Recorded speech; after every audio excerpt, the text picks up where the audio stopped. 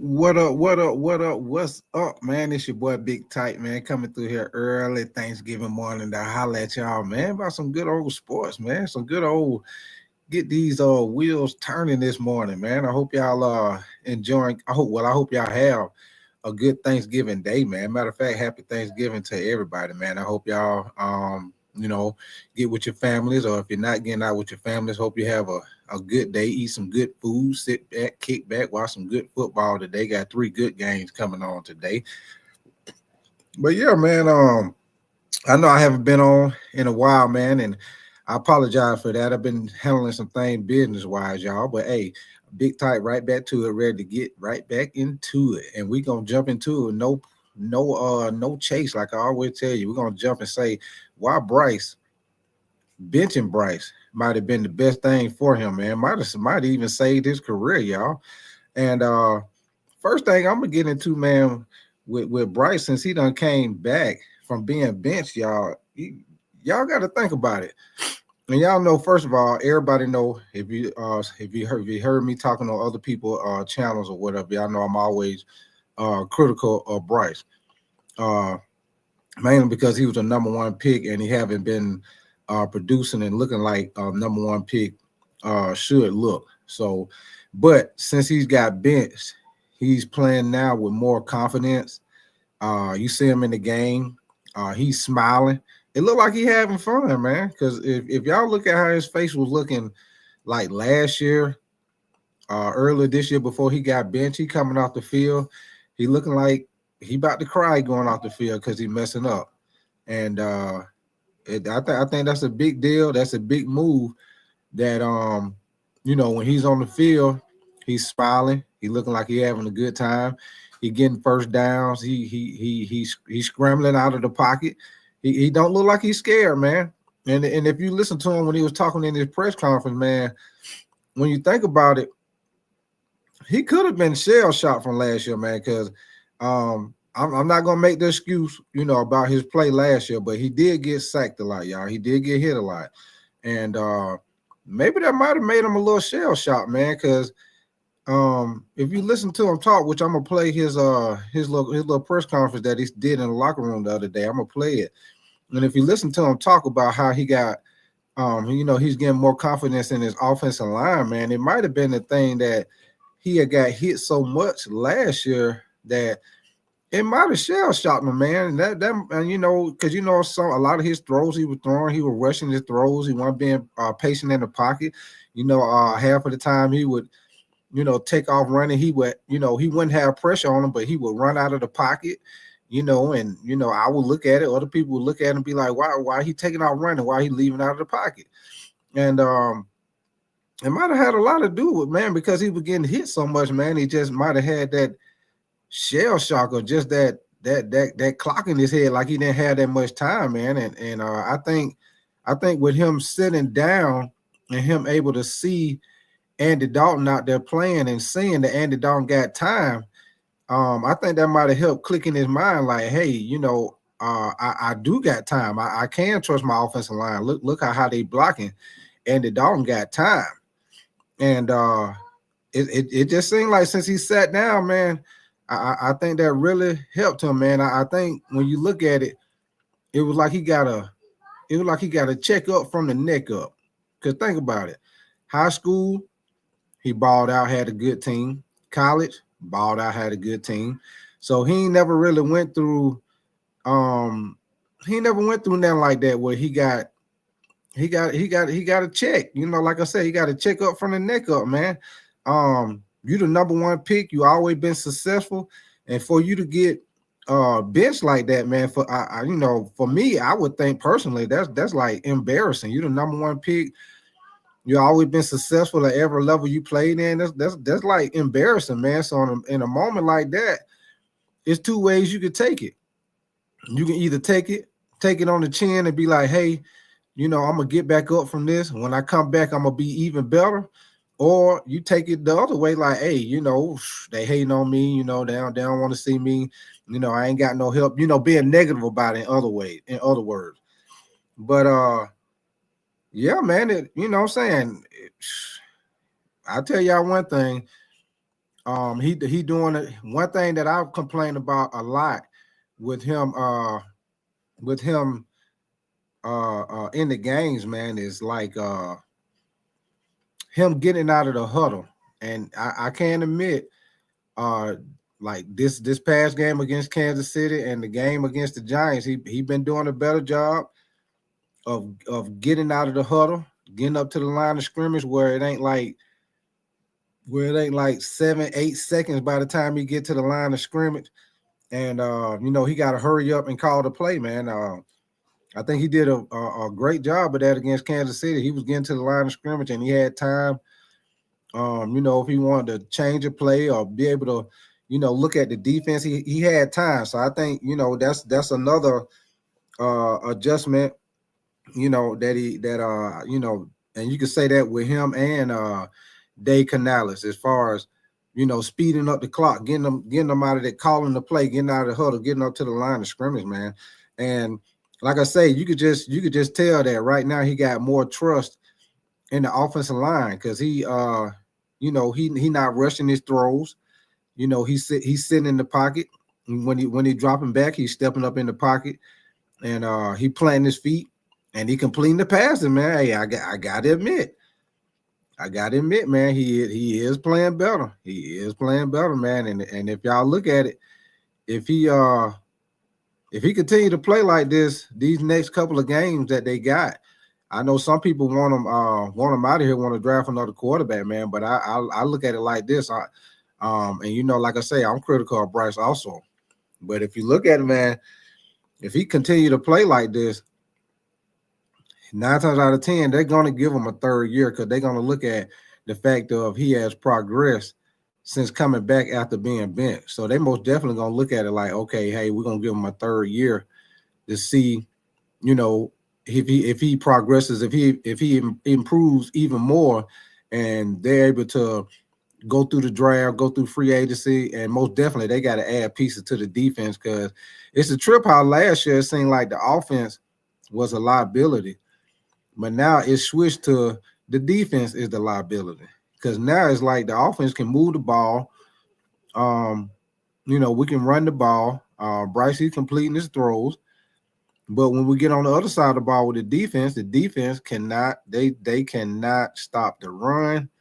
On third downs, they're not getting out the field on third downs like they need to. So it's like the defense is starting to be a liability. It basically has switched. The game don't change, y'all. It was a liability on offense at the quarterback position, but now since Bryce is playing better since after he got benched, it has flipped the script. It's the defense that's the liability now, man. And when I heard that that Bryce like spoke to everybody after the game, when Adam Thielen said he spoke to everybody after the game, like, hey, that lets you know he done built the confidence. I guess he getting back to that person that he was at Alabama because everybody say he's not a vocal person like that, but hey, for him to talk to everybody, while in the locker room, after a game, he talked to everybody.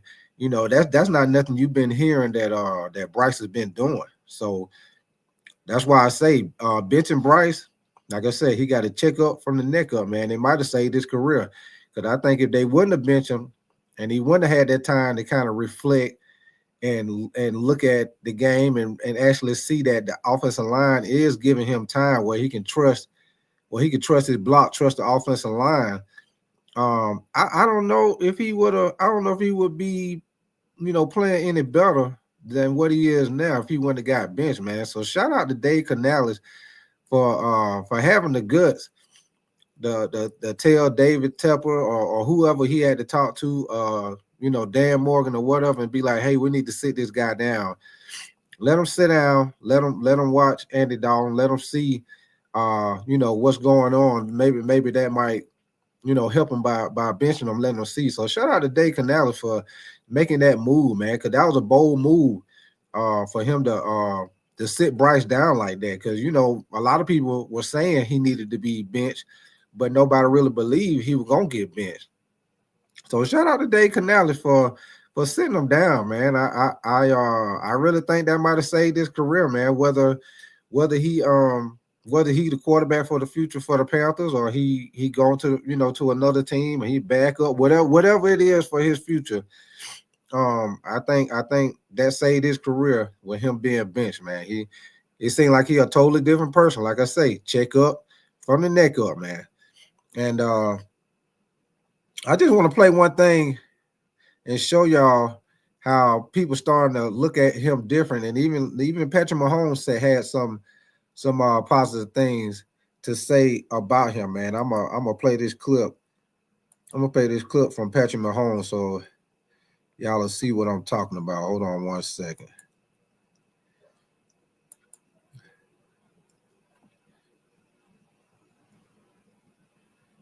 One second, y'all. Let me get this set up for y'all.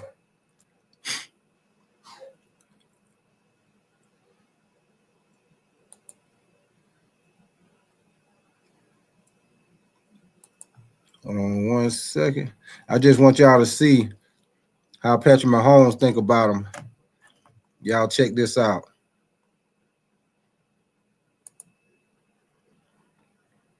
Off, man.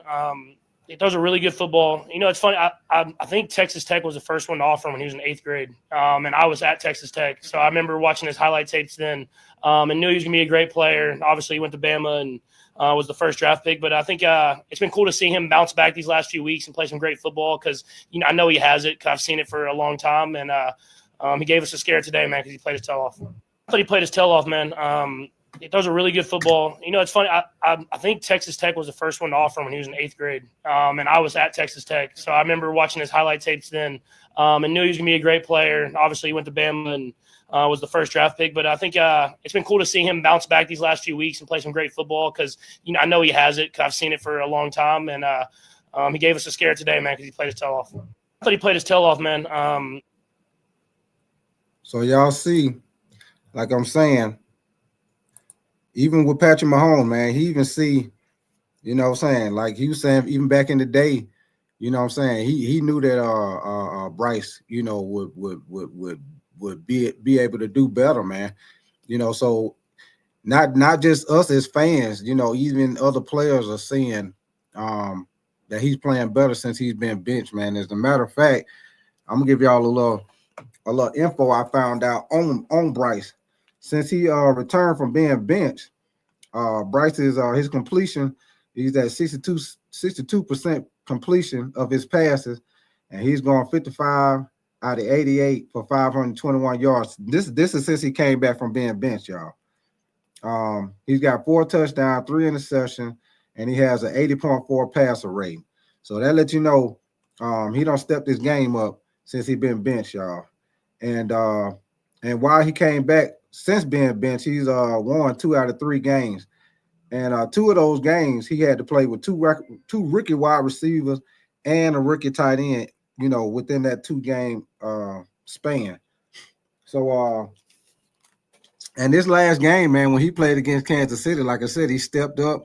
Nobody really expected for him to play like how he played, man. So, this last game, of course, y'all probably already know, but he had 263 yards, 2 touchdowns, and his passer rating was 92.9 passer rating. So he most definitely has stepped his game up since being benched. Now I kind of look at the schedule. With these last couple of games, man. I kind of look at it a little different. I look at it now because we got Tampa coming up this Sunday, and Tampa, they've been playing horrible on defense. Matter of fact, out of the last 5 games, Tampa has only won 1 of the last 5 games. So and their defense, they really been giving up a lot of passing yards. So I wouldn't be surprised this game right here that Carolina played with Tampa been giving up a lot of passing yards. I wouldn't be surprised if this end up being a high scoring game. A matter of fact, y'all, I wouldn't be surprised if Bryce if he probably get like 300 or better this game. I would not be surprised, y'all. And yeah, y'all hear me saying it, Big Tight saying it. I would not be surprised if Bryce get about 300 or better on Tampa. And like I said, the reason why I'm saying that is because Tampa defense, they've been horrible this year, especially against the pass. They've been giving up a lot of passing yards, man. So I would not be surprised if it end up being a high scoring game. You know, because Carolina they're still ranked 32 against the run. They're like one of the worst teams against the run. So um they most definitely Carolina most definitely gotta try to do a better job against the run because Bucky Irvin, um, he really been been doing a great job with Tampa, man, running the ball, catching the ball out of the backfield. He had a big catch out of the backfield last week. Had a big run on it. So most definitely the defense got to step up, man. Defense most definitely been a liability, man. Offense is playing better. Bryce playing better. Offensive line is one of the top offensive lines in the league. You got to fix this off. We got to speak. I mean, I'm sorry, y'all. We got to fix this doggone defense, man. Defense got to be fixed in the off season, man. If you ask me, with all the draft picks we got, man, I feel like we probably need to go. We probably need to go probably like 80% defense, man. I mean, we need to get a big defensive tackle. What nose guard if we stay in this 3-4. I don't know if they're gonna keep Evero. But if for some reason they do keep Evero as the defensive coordinator, and we're gonna stay in this 3-4, they need to get a big nose guard that can eat up blocks. To go alongside Derrick Brown once he comes back. So um and we got to get a pass rush. We got to get another pass. I think DJ want him. I think he's gonna be straight. He most definitely made a difference since he came back. But we most definitely got to have another uh athletic young pass rusher to go along with him because Clowney, man, I mean he make a couple of plays here and there, man, but Clowney looks slow, man. He most definitely done lost a step. He looks slow. He looks slow motion, slow motion. He look real slow motion right now. So they most definitely need to. They most definitely need to get another pass rusher, defensive tackle. Need to get another safety, athletic safety. Because Xavier Woods, he up and down to me. Sometimes he make good plays, sometimes he don't. A lot of times he missing tackles, and I don't understand why.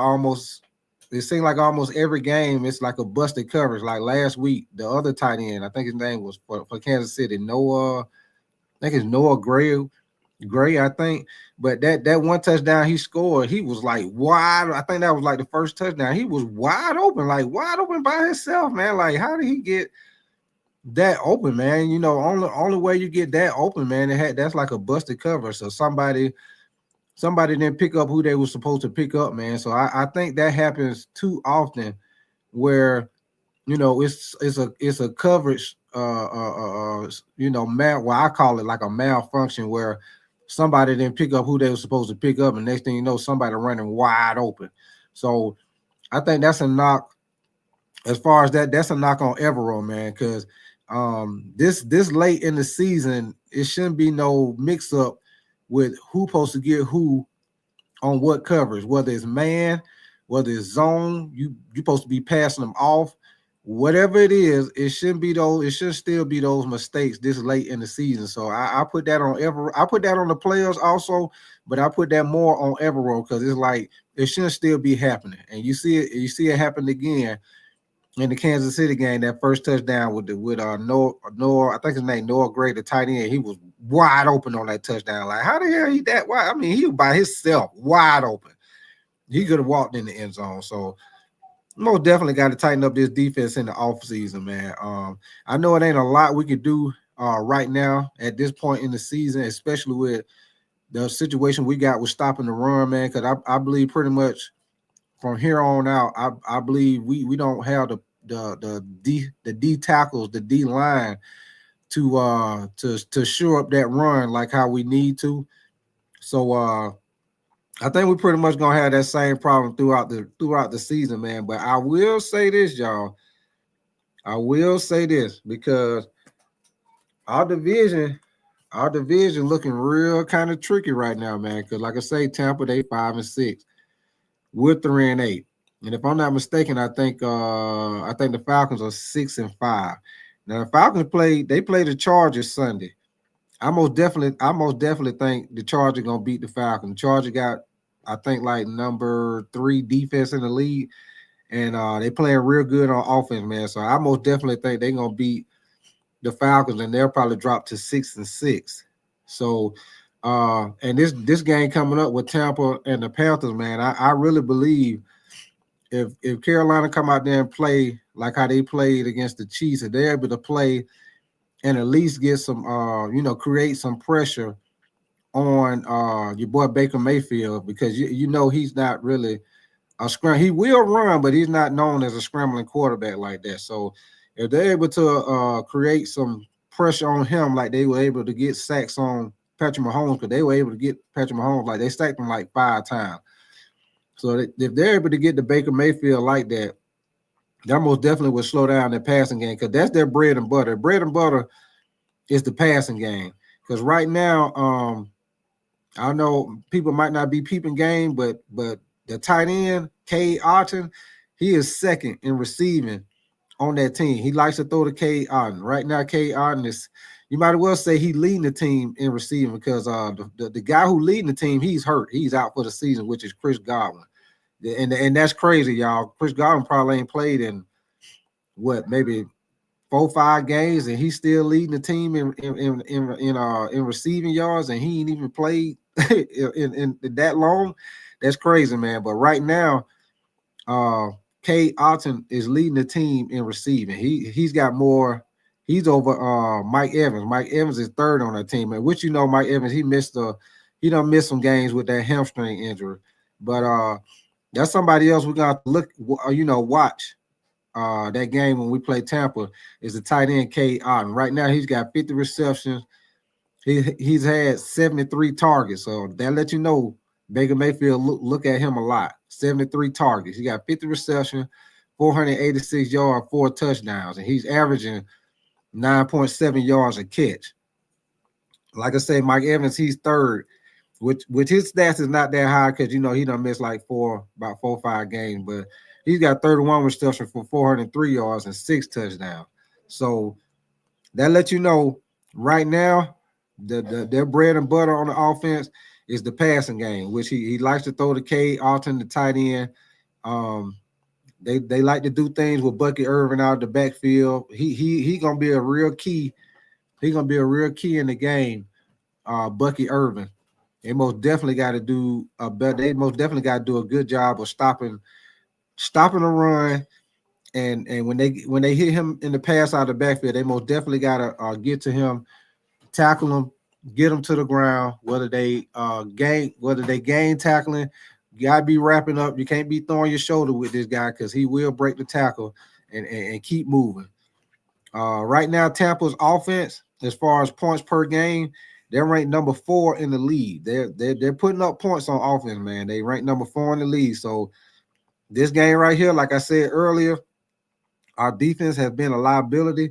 Now, I will say our secondary, we've been doing all right against the pass. We haven't really been letting receivers light us up like that. It's just the fact that at certain times of the game, it might end up being somebody running wide open, which that shouldn't be happening. But this really gonna be a game where I'm not really worried about the offense, especially with Bryce. And another thing with Bryce, y'all, I just need to see, before I give him my stamp of approval, I just need to see him play.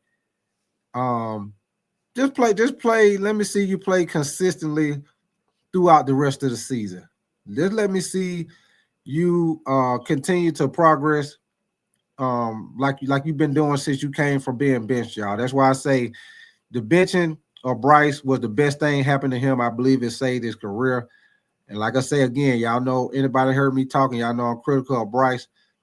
But since he came back from being benched, man, he a different person, man. Like you say, Adam Thielen, he said, Bryce did a speech in the locker room after the game. When you ever heard Bryce doing that?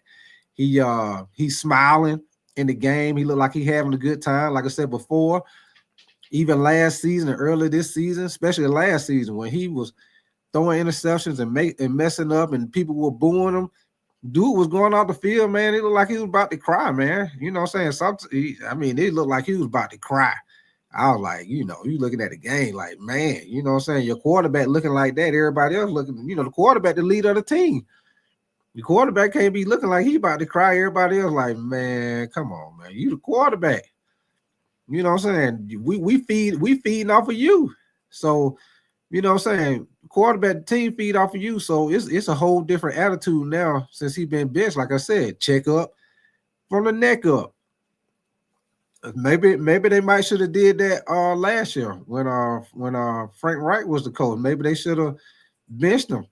Maybe he might would have already got the checkup from the neck up, and he might would have stepped his game up. But also last year, the offensive line, they weren't at the point where they are right now as far as the protection. So, like I said, that's another thing to hit back on that. Like I was saying earlier, he's got more confidence in the offensive line, and I think he was able to see that with him sitting down on the bench, and him able to see that Andy Dalton was having time.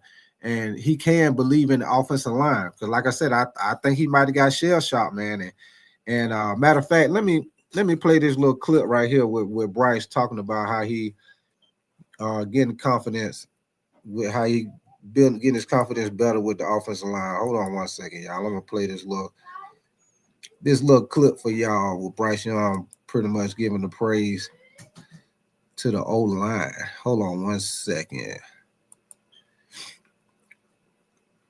One second.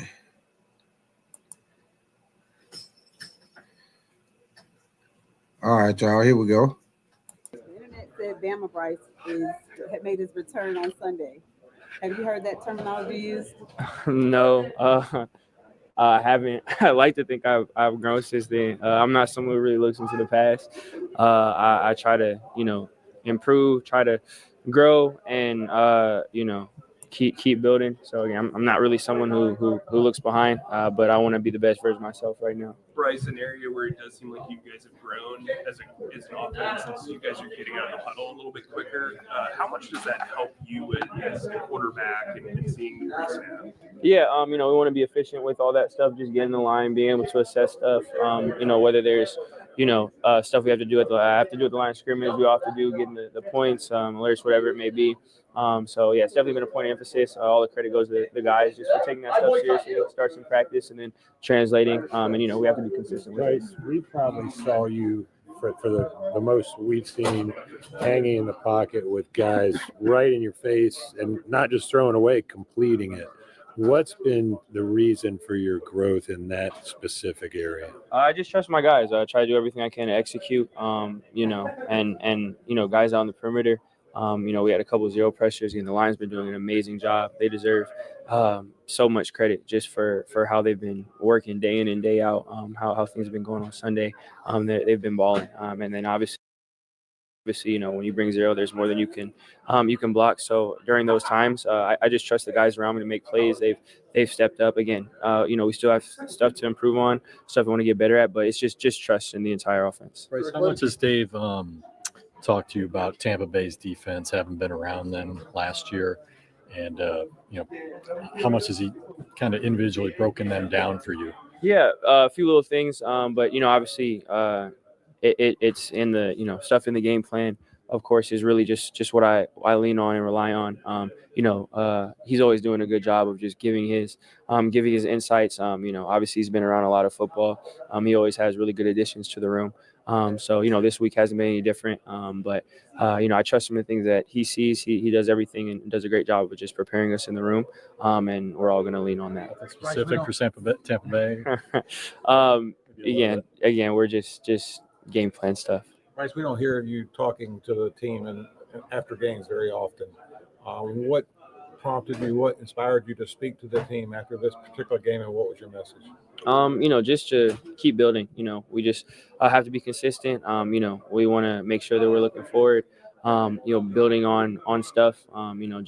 embracing the things that where we can go, where we want to go, stuff that's really real, and just just instilling belief. I have all the confidence in the world in this locker room and in this group and these guys, and I think we all do, and I think it's just the importance of us embracing that and trying to continue to build. What prompted you to do it? I mean, you're not a vocal guy, so what made you decide to? Well, at least in front of us. Just want to do what's best for the team. That's as a leader, as a quarterback, that's always that's always what I'm trying to do. So just in the moment, I thought that was best for the team. People say you're not vocal, and everything. but the people think you're not vocal. But I mean, your teammates feel that you are. Do you think that that's a misconception about you, that you aren't? I'm not super caught up on what the rest of the world thinks, and whatever that is what it is. But again, for me, I care about the people in this building. I care about the people in this room. I want to be the best leader I can for them. So whatever opinions are outside, that's fine with me. But I value the opinions of people here. I do stuff for this team. We all do. So that's really where my focus is. Are you having more fun? I think that again, it's just been playing off of the energy that we've all had as a team. I think that again, there's been some stuff that we've been doing that have been positive, and again, that doesn't entitle us to anything this week. We have to make sure that we have a good week of practice, earn the right to be able to do it again and execute. But it's definitely been some more moments that have been enjoyable. Bryce, realize there's no moral victories, I guess, in this league, but taking the world champs to the wire, is there something that you guys can build off of that confidence with this team that increases with that? Yeah, I think it's the film. Again, it's just again, good. There's times of good execution. Again, stuff that I feel like I want to do better at. Stuff that as a team we all look in the mirror and want to do better at. But there was good examples of execution. So regardless of all that stuff, we have to find a way to continue to build off of that, be more consistent with that, and just lean into that, along with obviously cleaning stuff up as well. What was the most meaningful teaching point, coaching point, conversation, practice that you had during those 4 weeks or so when you were sitting? I don't think that there's one specific thing that stands out. Every day it's just, the coaches do a great job of just, giving knowledge, giving insight. I try to soak that in every single day. And I don't think there's one thing that really stands out. It's just compiling all the things, all the nuggets, all the big picture stuff, small things. And I still try to do that on a day-to-day basis. It doesn't change regardless of the situation I'm in, and just trying to build off of that stuff. Saw the same thing kind of happen with Anthony Richardson in Indy. Do you think that time, behind Andy was helpful for you? I don't. I'm not a big. I'm not a big thinker when it comes to that stuff. Again, I try to just deal with where I'm at. Focus on what I can control. God ordains everything. I trust in that. I always have in the past, always will in the future. So because of that, I just try to focus on what I can control, and stuff that's happened or hasn't happened, I put that in the same category. Obviously God does everything for a reason, and for me, I'm just trying to be the best version of myself right now. Bryce, has like 6.5 sacks. How much of that assignment is like, okay, I've got to just trust my offensive line, versus how much do you have to keep an eye on him as well? Yeah, tremendous player. He's been doing that for a really long time. I have a ton of respect for him. We all do. Great player. From my standpoint, I have all the trust in the world in my offensive line. I believe in them. I'm sure they obviously they respect the opponent as well. For me, I believe in my guys, and I'm always trusting them. Are you superstitious? I'm not. So why do you continue to do your press conferences in here versus up at the podium, since you've got the starting job back? I just go where they tell me to go. I've never thought of that once. They just tell me to do it here. I was just curious because you got a choice, don't you? Yeah. They just tell me I'm doing it here, so I do it here. We're just taking you off the hook. Besides, that's a lick. We got time for a few more. Did you consider accepting an offer from Texas Tech when you were in 8th grade? All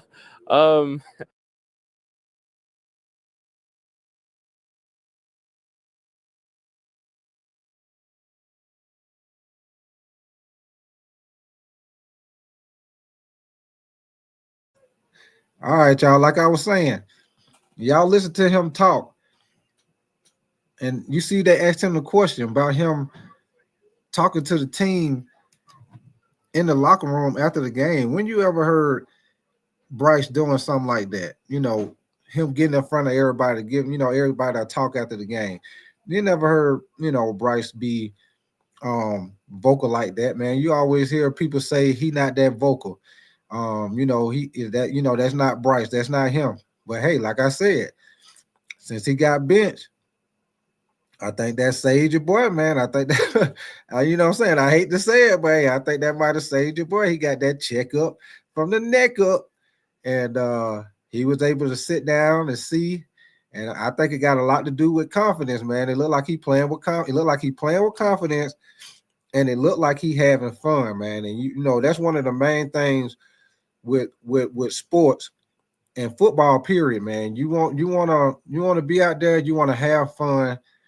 Of course, you want to play to win. It's competitive, but at the end of the day, you want to play. You want to be out there having fun. Because one thing about football is a sport that it hurts, man. I played a lot of football in my career, and it's a lot of times after the game, shoulder hurt, hip might hurt, might jam your fingers, ankles hurt. It's a sport where you hurt after the game.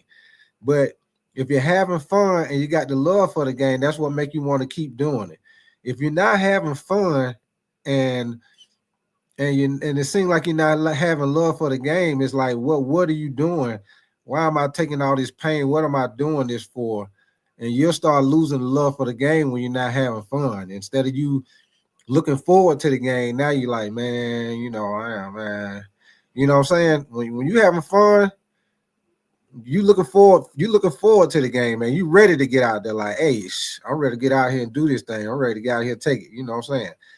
But yeah, man, it's a big thing don't change with Bryce, man. And I'm trying to tell you, like I say, if he play like this the rest of the games, man, we probably could beat Tampa this week, probably could beat the Cowboys.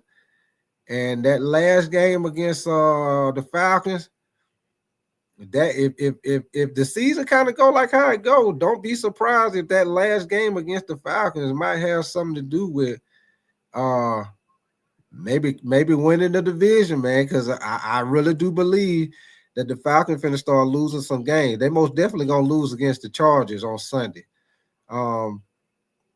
So it might be a situation where it might be a team from the NFC South get in with like 8-9 losses, man. So just wait and see. Just wait and see. I'm not predicting nothing.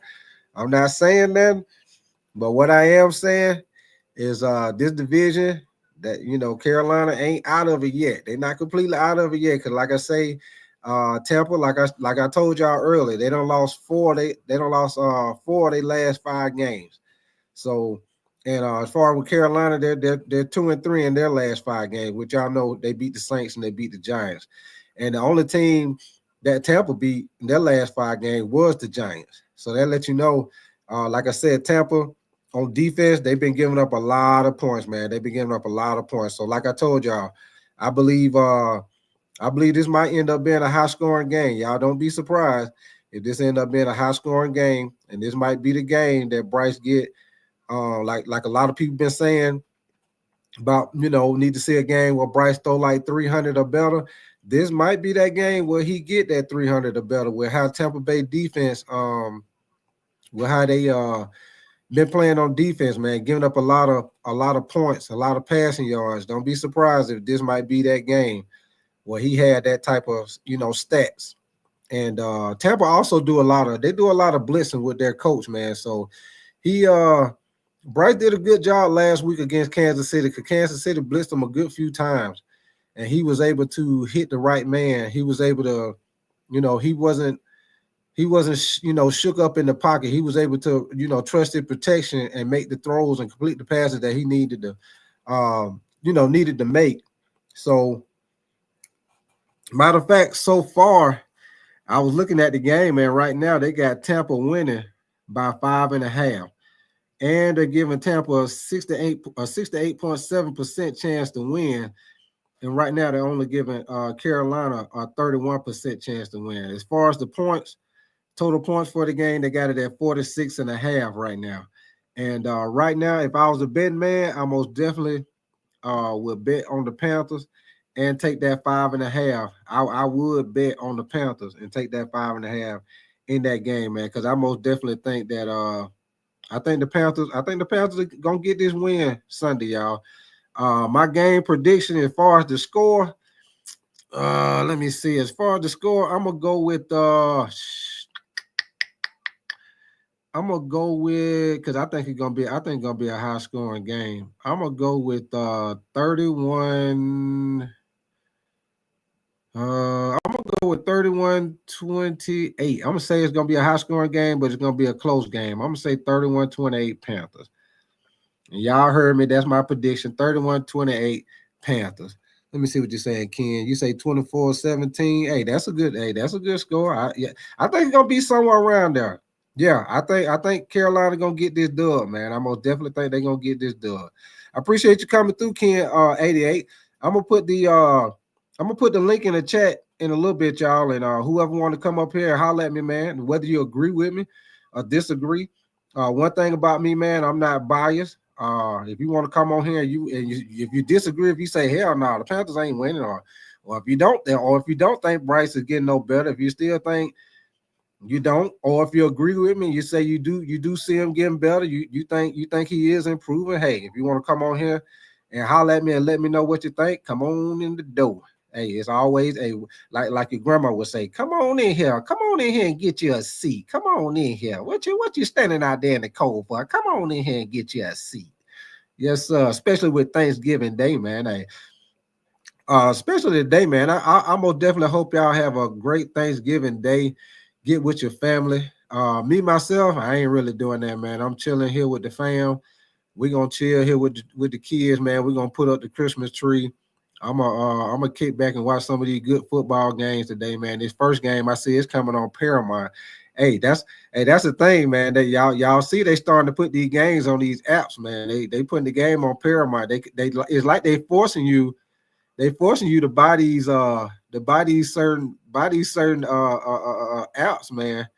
You know what I'm saying? They force you to buy Amazon Prime for Thursday night football. They forcing you to get Paramount, because the day you want to see the game, you gotta watch, you gotta get Paramount, which I already got it, but people who don't got it, they ain't gonna be able to see the game, unless somebody's showing it on one of the YouTube channels or something. But beside that, you won't be able to see the game. You'll just be able to see the the late two games. But most definitely, man. Hey, appreciate you coming through. Tony, what you got? 24-20. That's a good score too, man. Like I said, it's gonna be somewhere up there in the 20s. I think it's gonna be in the high 20s, man. I think, like I say, let me see, cable and basic TV. Yeah, it is, man. Can't it most definitely is, man. It's most definitely, man. Hey, because we cut our cable off, man. The cable bill was just high, man. And the only reason I mainly was using it was for the NFL ticket. And once they took the NFL ticket away and they went to YouTube, I'm like, shit, what I need direct TV for if they don't took the NFL ticket off? Because that's what I had it for. So now, shoot, I use the Fire Stick, man. I can look at whatever I want to on the Fire Stick. I ain't paying that high cable bill. I pay for whatever I want to see, and it's the same. It's the same thing every month. I ain't got to keep. 1 month is this, next month you get a bill is $200, them at $300. Nah, I ain't trying to do that, man. So most definitely cable is most definitely it's most definitely getting pushed out the door for real though. But yeah, man, I most definitely think the Panthers gonna get this win, man. I most definitely do. Matter of fact, hold on, y'all. I'm gonna put the link in the chat.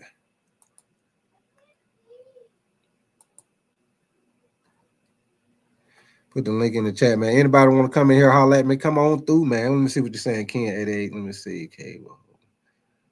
Right. It be, man. You be having all those channels with the cable, man. Especially like on the day. Let's say it's a day you ain't working. You at the house. You try to see what's on TV. you go through all them channels. Ain't nothing on TV, and then you might go through your HBO. Showtime, whatever you got, you go through those channels and they showing the same movies. They've been showing pretty much all, like past couple of weeks, they showing the same old movies over and over. And you go to the TV shows, they ain't really showing nothing interesting. Bunch of reality shows that be a bunch of drama. I don't really get into no reality show like that. It don't be nothing but a bunch of drama. Bunch of drama. Folks throwing liquor and stuff on each other, acting like they about to fight, but ain't nobody gonna fight. Yes, sir, man. But man, shoot, one of my shows I like to watch, man. Well, I know I'm off topic to y'all, but one of it's Thanksgiving, man. I don't give a shit. We talk about whatever. But one of my shows I used to like to watch, man. It don't come on like it used to, but me and my wife, we like to watch the replays of it, man. That paternity court, boy. Hey, that paternity court be crucial. Man, it be crucial, boy. These dudes, man. That paternity court, man, it just show you how it's a bunch of trifling women out here, boy. That paternity court be telling on them, boy. They be like, no, it ain't. I ain't been with nobody else. It's him. I know it's him. He need to do what he need to do. He need to do what he supposed to do. He need to do what he supposed to do. I know it's him. I ain't been with nobody else. I know it's him. Hey, man, she pulled that. Hey, that dude give her that envelope. She look at that envelope. She'd be like, you are not the father. The girl just start crying and stuff, or the girl just be looking there with the boo-boo face. Boy, I'd be like, man, she did all that. Talking about she ain't been with nobody else, and then after the test, sometimes they still be on there, talk about no, it can't be nobody else. It gotta be him. She be like, hey, the test don't lie. DNA do not lie. She always tell their ass that DNA do not lie. It's gotta be somebody else. I'll be like, hey, the dude be hot, boy. Hey, the dude be mad, or he either be crying, man, because it be like some of them dudes, they be wanting to be the daddy. Some of them dudes, they be crying because they be mad, pissed off, you know what I'm saying? They be like all the drama they be done went through, and it be like, you went through all that drama for nothing. I don't see certain situation on that, man. The guy, they be married, and then come to find out the kid don't be there. I be like, boy, man, hey, man, I ain't, you know what I'm saying? Man, I be like, boy, hey, me and my wife, we be watching them shows, we be looking at each other like, boy, hey, stuff like that be getting people, folk be done got found. We done got found in the Chattahoochee, so allegedly.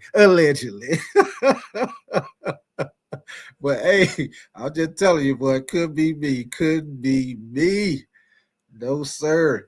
But yeah, man, hey, I know I got off topic, man, but get back on topic about this football, man. I most definitely think Carolina is headed in the right direction. Let me see what you're saying, Ken. I got to see it. Lock in. Yeah. That's what I say, man. Tampa defense, man, like I say, they ain't been playing good, man. If y'all pay attention, in the game that Tampa play, most of the time it's a high-scoring game. It's a high-scoring game, and basically Tampa outscoring, like the game they played last week against the Giants, man. Like I say, this might be one of them games, and y'all heard me say it, and yeah, I am saying it. This might be one of them games where Bryce, he might get that 300 or better, 2-3 touchdowns, because Tampa defense been giving up a lot of points, man. That's what Tampa's problem is. They can put up the points because, like I said, it's on offense. As far as scoring points per game, they are number 4 as far as points per game. You know what? Matter of fact, I'm gonna bring it up. I'm gonna bring up the let me bring up the defense. I mean the offensive ranking. Let me see, y'all. Let me see. I'm gonna share my screen with y'all. I'm gonna bring up the offensive. Matter of fact, I'm gonna do the defense first. Let me see. Hold on, y'all.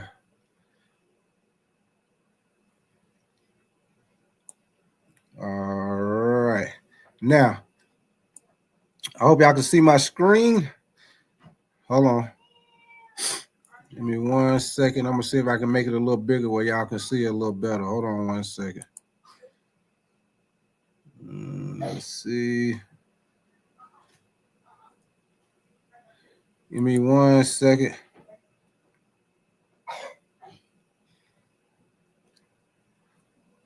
One second. Let me see if I can make it a little bigger for y'all.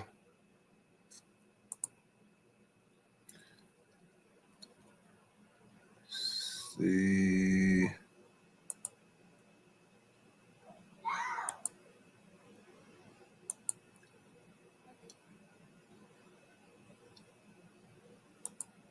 All right, y'all. Now, as far as total defense, now let's find where Tampa is. Let's see.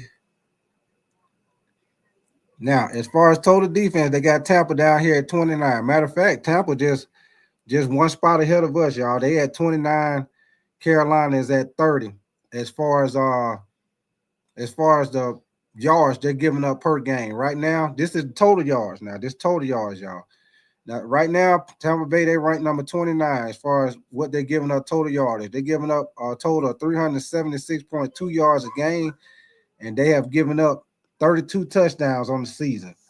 Now, as far as with the Panthers are ranked number 30.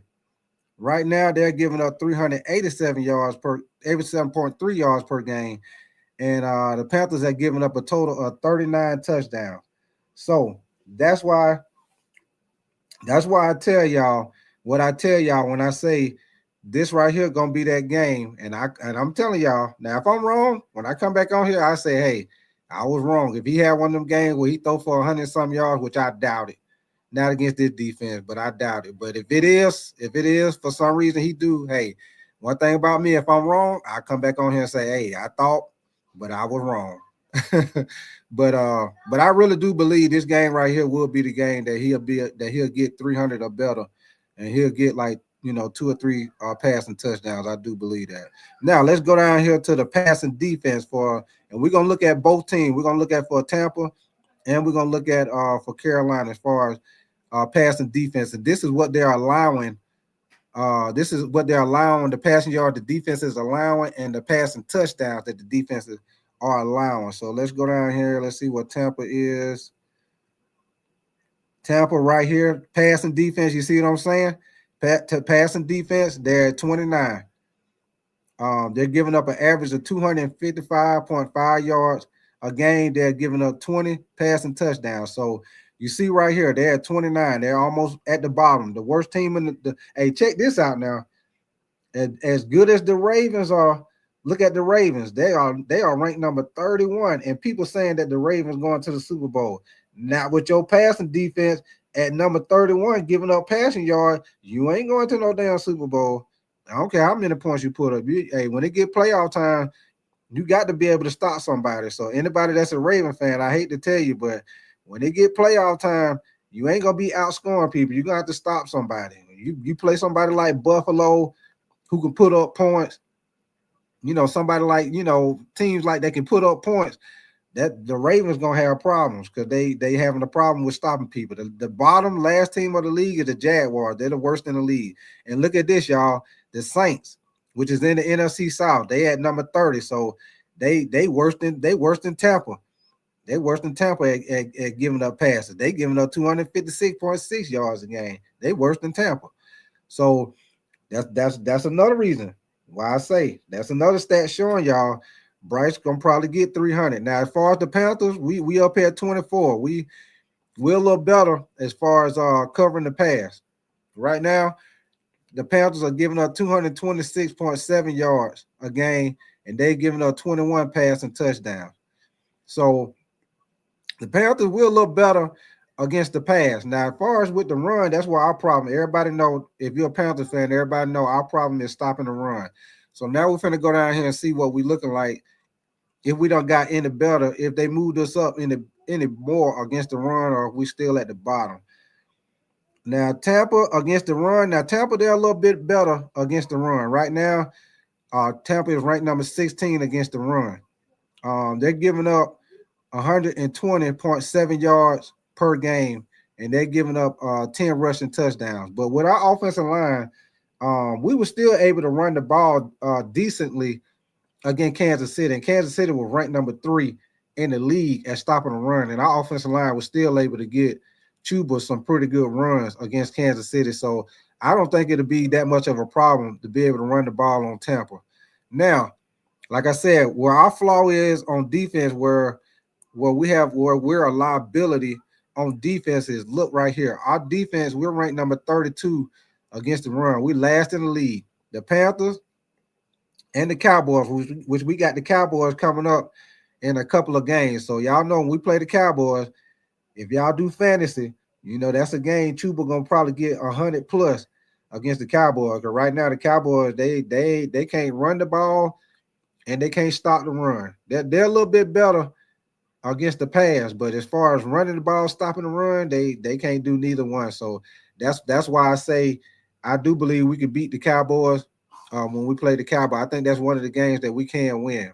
But the Panthers right now, they're giving up 160.5 yards a game, and they've given up 17 rushing touchdowns, y'all. So that's why I say at some point in time, whether it's in the offseason, we most definitely got to fix that problem. I know Derrick Brown will be coming back, but we're gonna need if for some reason they don't get rid of Evero, which I feel like they should get rid of Evero, but some people say, you know, we don't had a lot of injuries. You can't really judge them because we don't had a lot of injuries, which I'm 50-50 on it, because sometimes I feel like he could be a little more creative with the defense, you know, as far as, you know, certain plays, first, second down, when you know teams it's more of a higher percentage that they're gonna run. You can put more in the box to help stop the run, which a lot of times he don't do. But if for some reason we keep Evero, we most definitely got to get that big nose guard in the middle to go with Derrick Brown to be able to eat up those blocks. Because the whole point with the 3-4 defense, y'all, is those 3 down linemen.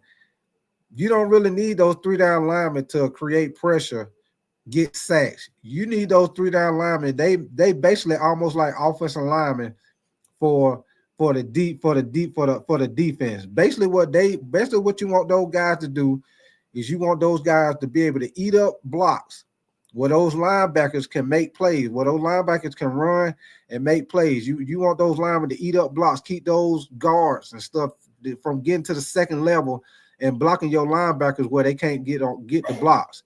So 3-4 defense, you most definitely have to have athletic. You have to have athletic, fast guys, linebackers that can make plays, and you have to have the D line to keep those offensive linemen off of them to eat up those blocks. They have to be able to eat up blocks, and they need to be able to engage with the offensive lineman and get off of blocks to help stop the run. They need to be. Those are the 2 main things those 3 down linemen need to be able to do. They need to be able to eat up blocks, keep those guys from getting to the second level, and they need to be able to get off of blocks and make tackles to help stop the run. Those are the 2 main things you need those 3 guys to do.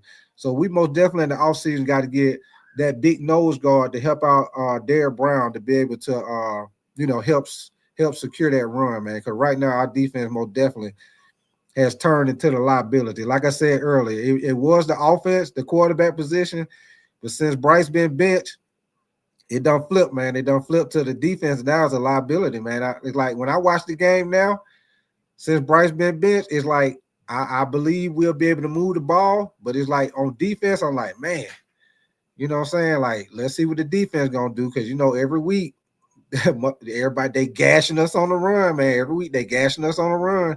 Every week, you know, it's certain passing plays. Quarterback just sitting back there in the pocket. You know, they ain't getting no pressure on us. So defense most definitely, Rollmaster. I really, my opinion, I feel like he need to go, Rollmaster.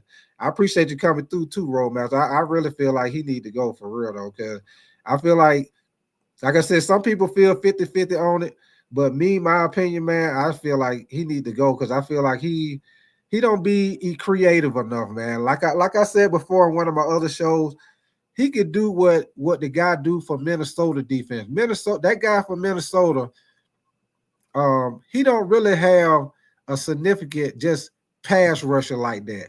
So what that guy do is he bring people up to the line of scrimmage. He try to confuse the quarterback and confuse the offensive line where you don't know who coming, who going, whatever. He does that to create pressure, which is I feel like which is a great idea, a great I feel like it's a great, way to do your defense, especially when you don't have the pass rush what you want like that. I think it's great to be able to do that, to try to confuse the quarterback, confuse the offensive line, make them try to block people that they think is coming or dropping, and try to confuse them. So I think Everett could do a better job of creating pressure. I think he could do a better job on, first, second down when it's run situations. Putting more people closer to the line of scrimmage to help stop the run instead of just lining up in that same base 3-4 and they gashing us on the run every time. So we most definitely got to do a better job of slowing down the run against Tampa, because Bucky Irvin, he making a name for himself, man. And if we don't do a good job of stopping the run and making and tackling him in open field, man, he gonna kill us Sunday. He most definitely gonna kill us Sunday. Like I said, everybody be talking about Mike Evans, but the person who leading the team in receiving yards is the tight end, Cade Alton. Cade Alton is the one who leading the team in receiving. So people talking about Mike Evans, and I know Mike Evans coming off injury, he been hurt, but Cade Alton is he been gashing people, man. That man had what we got about 5-6 more games left, and this dude already got 73 targets at the tight end position. That means he throwing to that guy a lot. So that's another guy. Carolina defense got to keep an eye on that tight end. I think J.C. Horn will do a pretty good job on Mike Evans.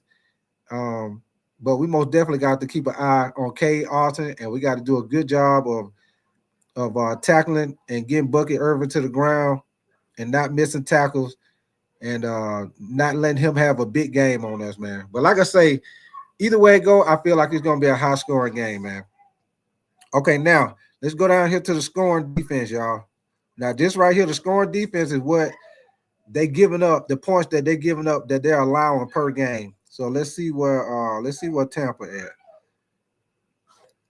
Let's find Tampa. Okay, here we go with Tampa. Tampa right now, they're ranked number 24 as far as the points they're giving up per game. Right now, they're giving up an average of 24.8 points per game, and they're giving up a total of 31 touchdowns.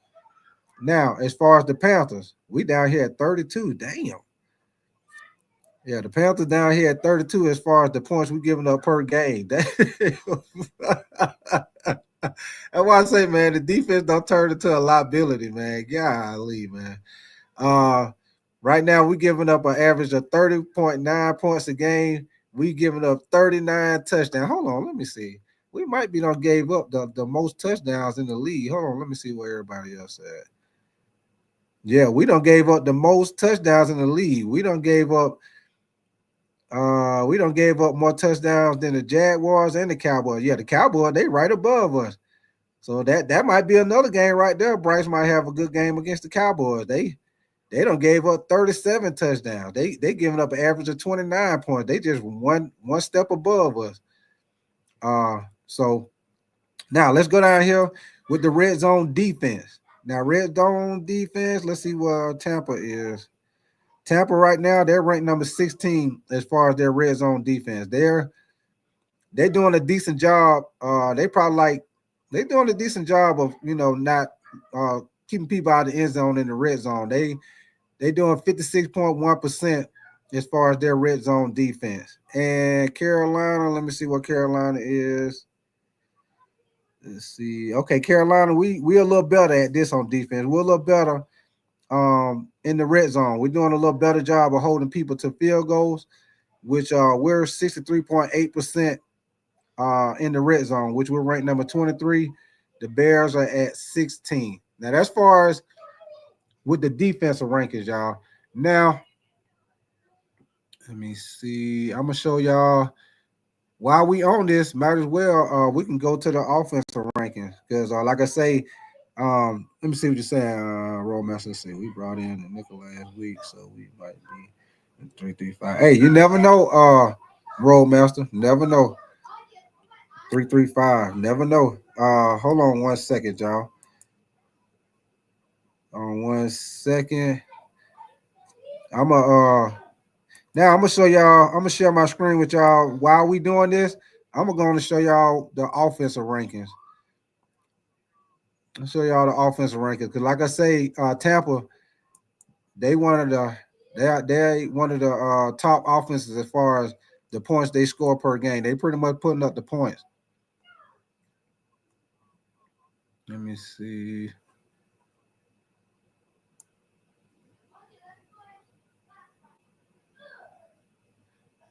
All right, y'all. Now,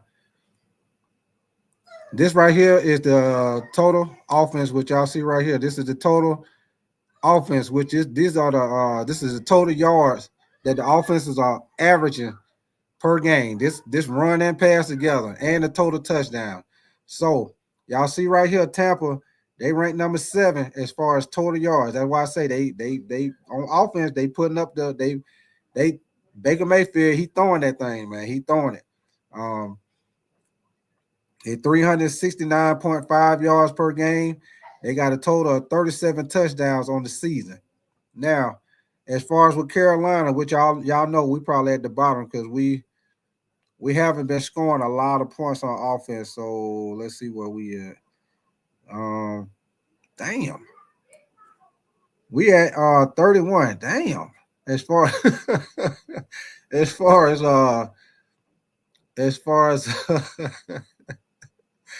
I told him, man, we had 285.5 and we got a total of 21 touchdowns on the season. Damn, we had 31. Golly, man. Woo, we got to start putting up more points on offense, man.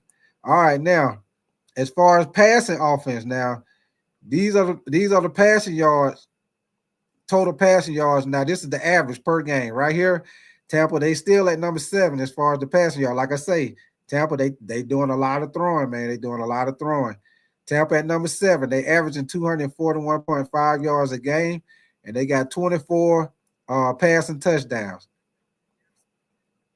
Now, let's find Carolina. Damn, we at the bottom with this too. Passing yard, well, which we already know that because Bryce don't throw a whole lot of passing yards. But like I say, I think this game right here, he will get over 300. I said it, and y'all know I'm critical of Bryce, but I do believe he will get at least 300 or better this game, and that's because of how Tampa defense been giving up a lot of passing yards. So I believe this might be that game where he get that, y'all. And yes, I did say that. Big Tight said it. But yeah, they got us at 31. We're averaging 177 yards, 0.8 a game, and we got 12. We got 12 passing touchdowns on the season. Now we go down here to the rushing. Of course, y'all know we're gonna be a little better as far as our rushing offense. Right now, Tampa, they're at number 10. They're averaging 128 yards rushing the game.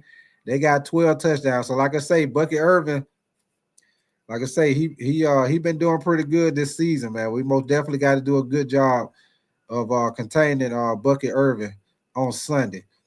Now, the Panthers, I thought we would be a little higher, y'all, but let me see.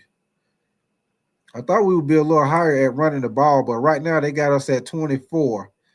We're averaging 107.7 yards per game, and we got 9 rush touchdowns. I thought we would be a little higher, but there we go, y'all. We are ranked number 24 as far as what we're averaging running the ball per rushing yards per game. Now scoring offense.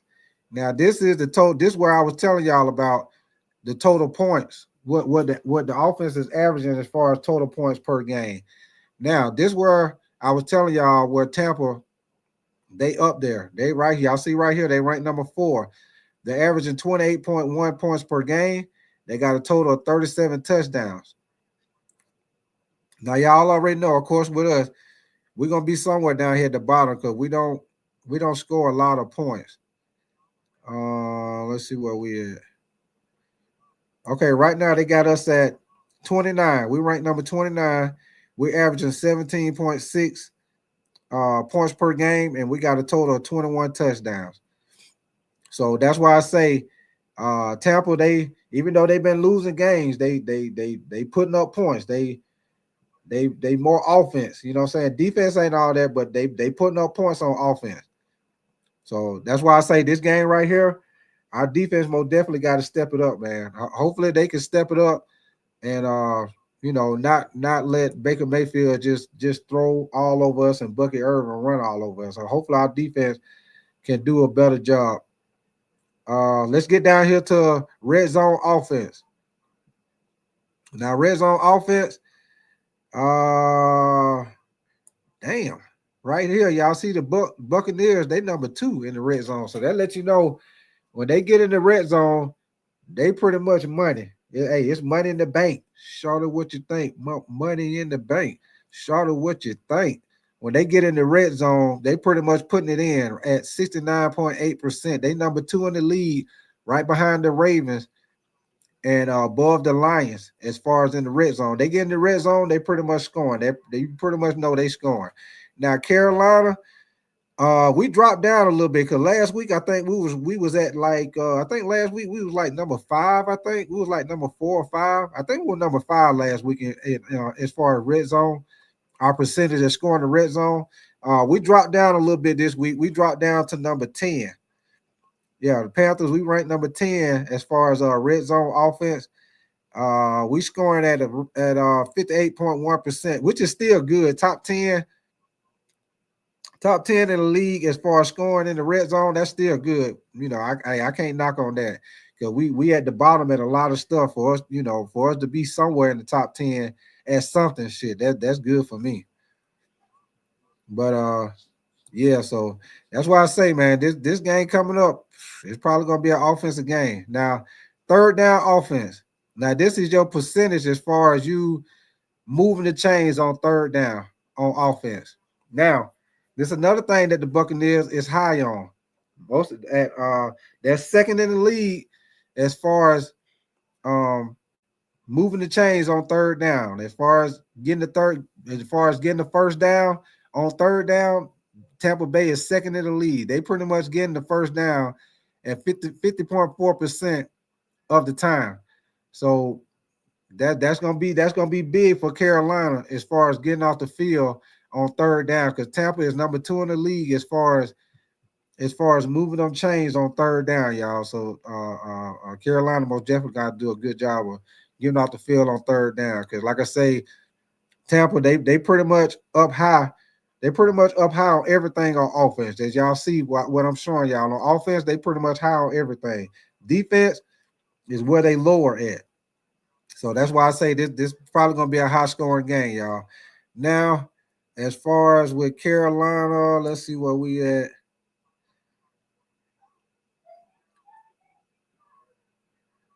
Okay, right now Carolina, they're ranked number 27 at 33.8% as far as moving the chains on third down. So that lets you know we had a low percentage. We had a low percentage as far as getting first downs on third down situations. So Carolina got to do a better job of moving the chains on third down. Now, I think that's about it as far as with the rankings. Yeah, that's about it for that. Hold on, let me get off. I'm gonna get off this screen.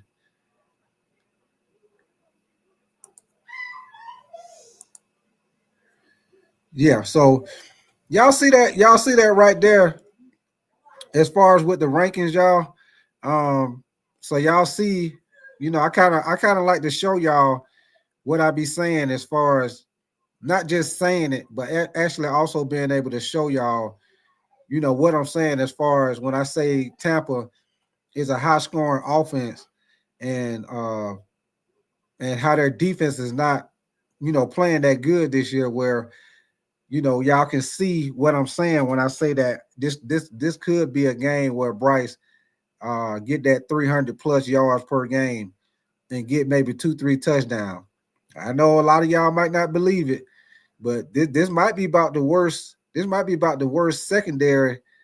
It might be about the worst secondary that he don't win against. So, Y'all see what he did, last year. He wasn't playing at the point where he playing now, when he went against what was that, Green Bay, and their secondary was like one of the worst in the league, and he was able to, pretty much have a high, passing yards against them. So this another team he's going against that's one of the worst, in the league in the secondary.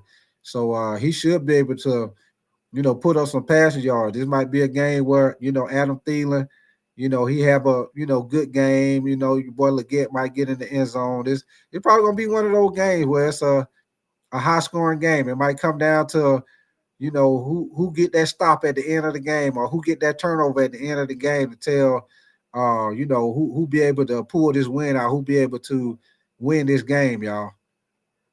But that's pretty much what I want to tell you. Matter of fact, y'all, hold on. I got one more thing I want to show y'all. I'm gonna show y'all this little thing with Dave Canales, his little press conference, y'all. I'm gonna show y'all this, and then if anybody want to come up in the chat, I'll put the link in again. Y'all come holler at me. If not, your boy Big Tight gonna get up out of here and get ready to watch some of these good football games, man, and eat good, drink good, and kick back. But I'm gonna show this with Dave Canales, with them talking to him about going against his old team, man, which that could be another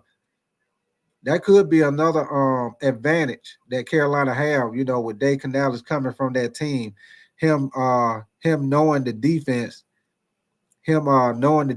and he coached against that defense every day in practice, so he pretty much know what they can do, what they can't do, who not good against this route, who can't do this. He know that because he coached against them guys every day. So that's an advantage that Dave Canales gonna have. He know that defense. So that's another reason why I say this should be a game where our offense, put up them points. But I'm gonna show y'all this so y'all can see this with Dave Canales.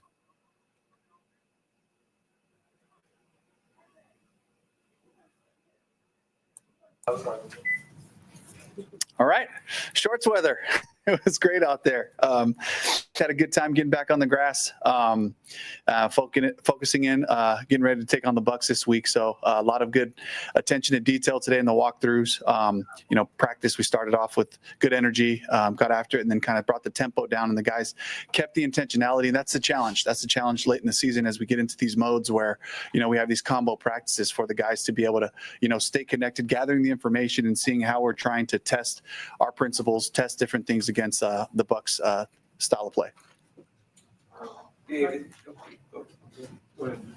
Dave, Bryce seems to be getting out of the huddle a lot quicker than he did previously in the season. How did that come about? Like, how do you, I guess, coach that up to get it quicker, and how do you see the benefits of that? Oh, it's just comfortability, and it's not all Bryce. It's the whole unit. It's really guys just knowing where to line up, how to initiate the first parts of the motions of the formation, different things like that. The chemistry with the center, talking to Cade, stacking up these games so that they get things ID'd properly, quickly, and so it's really the whole thing, but it is his job to drive that, and it really starts in the walkthroughs. It's making sure that the scout team is doing a good job getting lined up so we can push the tempo of the play, get up at the line of scrimmage, get the information that we need. So it's a collective effort, but he certainly has to be the voice and driving that. He's doing a great job of that. But to follow up on that, when you get to line up quicker, how much is that benefiting him in particular in the film and in the dialogue that you're having? Yeah, it's the whole group, right? But the sooner you can get up there with time on the play clock, you can gather information. The sooner you start to engage your body language as if we're ready to go, then it gives you a lot more information, and it puts a little bit more strain on the defense. I've been around different coordinators where they say, hey, the average snap is around this time.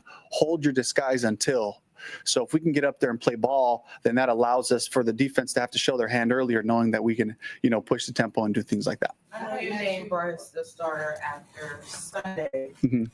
Barring any injury or unforeseen circumstances, can we expect him to be the starter going forward? As he continues to show us, just the progress that we're looking for, as he continues to, earn these moments, then yeah, he'll be in there. And that's what I've been most excited about is that there's a weekly growth that's happening, and so again, we're just taking it a week at a time. I know that's been my language, but he's really taking the responsibility of it and pushing us that way. And so and the bottom line is, he's giving us a chance to win, in these weeks that he's been playing. I know you've been there for 1 year, but how much of an edge you have in taking on Tampa, a team that you were with, for a season, a lot of their personnel.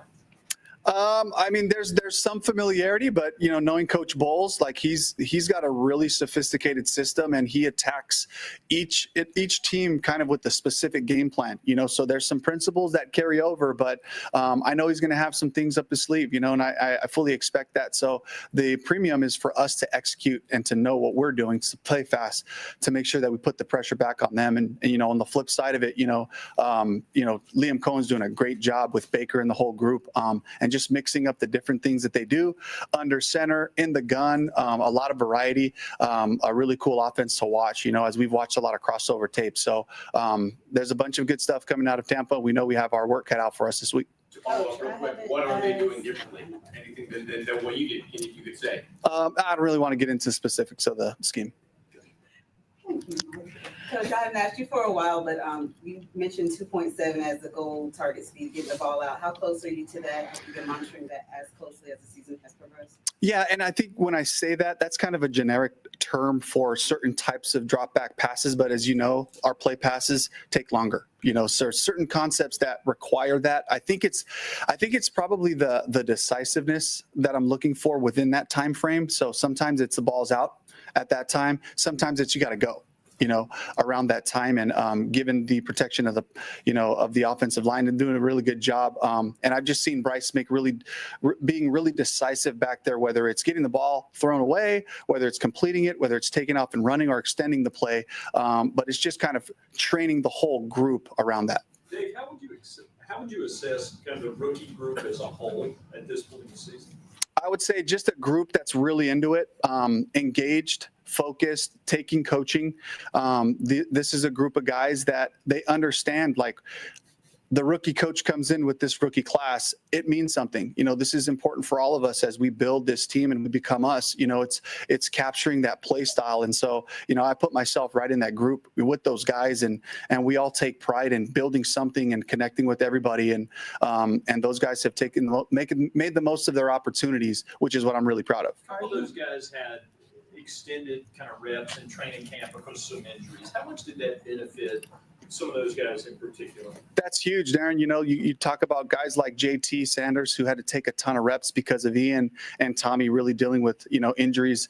It was Shaq and Josie, so Trevin got a lot of reps. It was Shaw Smith-Wade getting mixed in there, but not as much. He was kind of in a deeper group there in the cornerback position. But all these guys, they got a bunch of exposure in camp, which, does pay dividends along the road. There were questions about Bryce's size and whether he could see over the line and downfield, et cetera. Sunday seemed like one of the best examples of his career, where he had guys in his face and he was still making the completions. What do you think about that particular aspect of his game?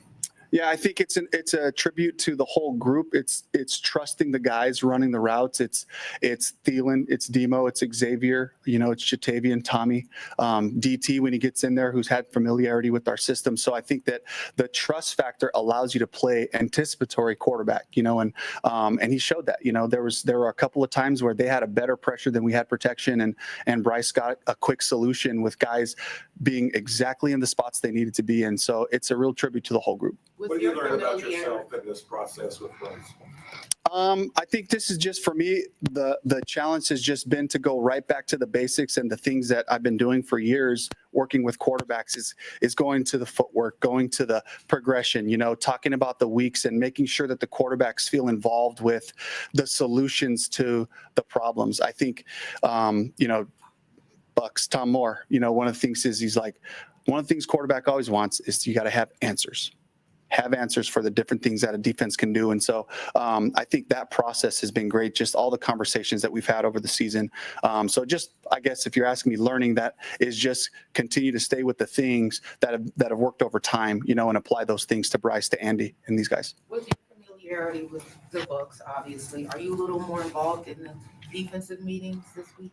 Just a couple of things, but I think that they're seeing some similarities in terms of the concepts that we've thrown at them.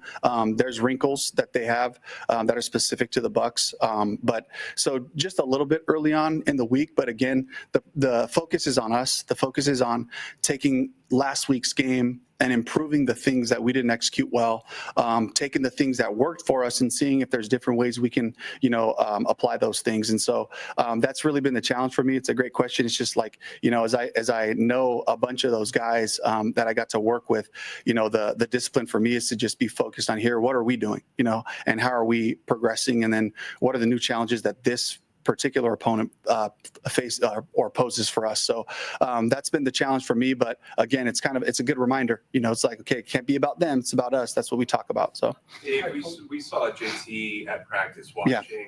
What's the latest on his neck injury, and then what's the latest on Jalen Coach? Yeah, so a bunch of great news about just his injury overall and where he's at, but just the recovery of just a real high impact play that happened. I wouldn't anticipate JT playing this week, but he's feeling better and better every day. Today we weren't able to get him out there in practice, but we'll see if we can do something with him tomorrow. What about Coker? Yeah, Coker is still, working through a quad. And we weren't able to get him to even test him on Sunday. So we put him right into a return to play protocol, following the game on Monday. And so he'll remain there. We don't expect to be playing this week. Hey, Coach, Hubbard is generally a reliable receiver. Yeah. Had trouble on Sunday, 1 for 5 in targets. But is his thumb giving him trouble? I don't know that. I know he's works on it. He's one of the first guys out there, last guys to leave on the jugs with different goggles and different things that he does, to get himself ready for the game. So, I would expect Chuba to continue to work through this. You were so positive early in the season when maybe there wasn't a lot of things to be as positive about from the outside looking in. Now that you have seen some buy-ins, some things change, I'm curious, is that sort of mantle of the momentum building being taken on by people in the locker room, or is that sort of you leading from the front as well? It certainly is the players. And I think that it's first and foremost, we're getting to know each other,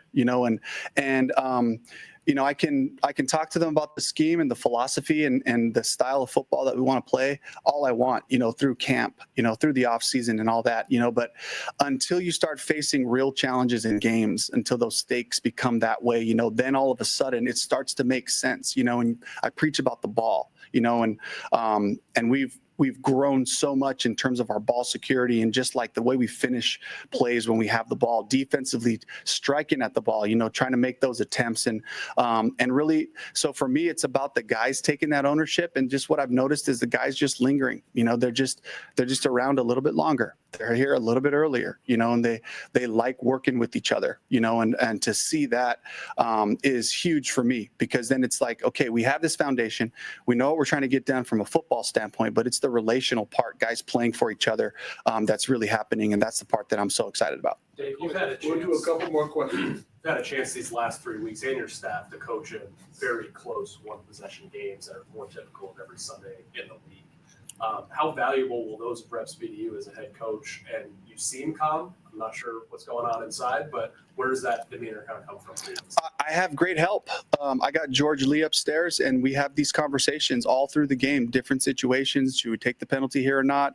What's the clock look like? How are we managing this situation or that? And so, between that and then just having the guys offensively, at least, that I'm talking to as far as play selection and all that, just people that I trust, that gives me a certain element of calm, and then for me, it's just been about seeing what we're good at, seeing what we're confident at, and where are we playing fast? Okay, how can we just how can we just draw that up a little bit different and do it again? So that whole process has been great. But to your point, every week is a lesson for me. Every week is, getting back together, talking to analytics, talking to George, talking to the staff, and, second guessing every single call that I made. And, oh man, I wish I would have called that in this situation, not this one, or, hey, this was really good. This was good feedback, guys. We hit it exactly at the right time, and we had some success there. So just kind of living those experiences, being humble enough to take the criticism and the things that we need to work on and fix. It's not just the players, it's the coaches as well, as far as the accountability goes. So all those things have been really valuable. Any thoughts on picking up James Houston? What's that? Any thoughts on picking up James Houston? Not right now. I'll talk to Dan about that, but. Last one. The defense has been obviously through a lot with the injuries and the like, but in the last 2 weeks, I know the sample size is small, but is there any way to quantify the impact on the overall defense that DJ Wanham has made from front end to back? I would say that it's a whole group that's been trending towards good football and communication. Our tackling improved last week. We kind of got a few tackles away more than we are used to. But I think, so specifically to DJ, he jumps into a group that was trending in the right direction in terms of growth and communication. And then he brings a bunch of experience, played in the scheme before. And then the way he prepares, just his professionalism and all that is great, and it's a great, for guys like Josie, for guys like Jordan Fuller, Xavier Woods, Ashawn Robinson, for guys, Michael Jackson, the guys that have played a lot of football, he's just another guy that's comfortable out there talking, communicating, working through things on the sideline. But for the young guys, it's really cool to just have another guy to show them how to prepare and how to be so meticulous about your rush plan, about playing the run, and the discipline that it requires to play football in this scheme. So, and just all of those things and just a good story, right? Just like overcoming adversity and then having his opportunity and really playing with a bunch of gratitude. So he's been huge. Has he kind of been the missing piece that, because you guys went into the season and there were questions on who's opposite Clowney and who's going to bring that pressure. Now he plugs in and suddenly it feels like everything, they've been trending that way, but like it all clicks. Yeah, I mean, he's a great addition, because it gives you balance when you have Clowney and you have, DJ Wanham on either side. It allows you to play stout in the run game and it allows you, to rush the passer on both sides. All right, last one. Coach, real quick, what are you thankful for this Thanksgiving? What was that? What are you thankful for this Thanksgiving? Thankful? I got to start off with my wife. I got to start off with just, she's been a part of this journey since I was coaching JV football and to be here in Charlotte, and to just, immersing our kids into the community in the way that she's involved herself in this football community, but also just in our neighborhoods and in the sports world, and then I would say after that, just everybody in this building, the men and women that just work so hard 7 days a week. We're all here. We're sick of each other, but in a good way, because it's all hands on deck and we're all pulling in the same direction, trying to make this football team and become the identity that we're chasing after. And so I'm really appreciative of all the people that have been working so hard. Go ahead, Mike. You mentioned working with analytics. I'm just curious, how has the analytics department impacted your operational nature week to week? It's been great just kind of making sure that I don't have any blind spots, and that's where that's been most valuable. And I don't want to start saying what those blind spots are, but they just kind of say, hey, did you know that this is happening in this scenario, or we're having a lot of success when you pair these couple plays together or things like that. So that's been really Eric Eager. It's been really valuable information. And Brent Tillis works with Eric. They're always having these conversations, and they have, I'm sure, way more conversations, but they kind of filter it down to something that I can digest because that's not my world. That's not my background, but that's an area that I want to continue to grow in and make sure we're applying it to our football. All right, thank you. Mm-hmm. All right, thank you.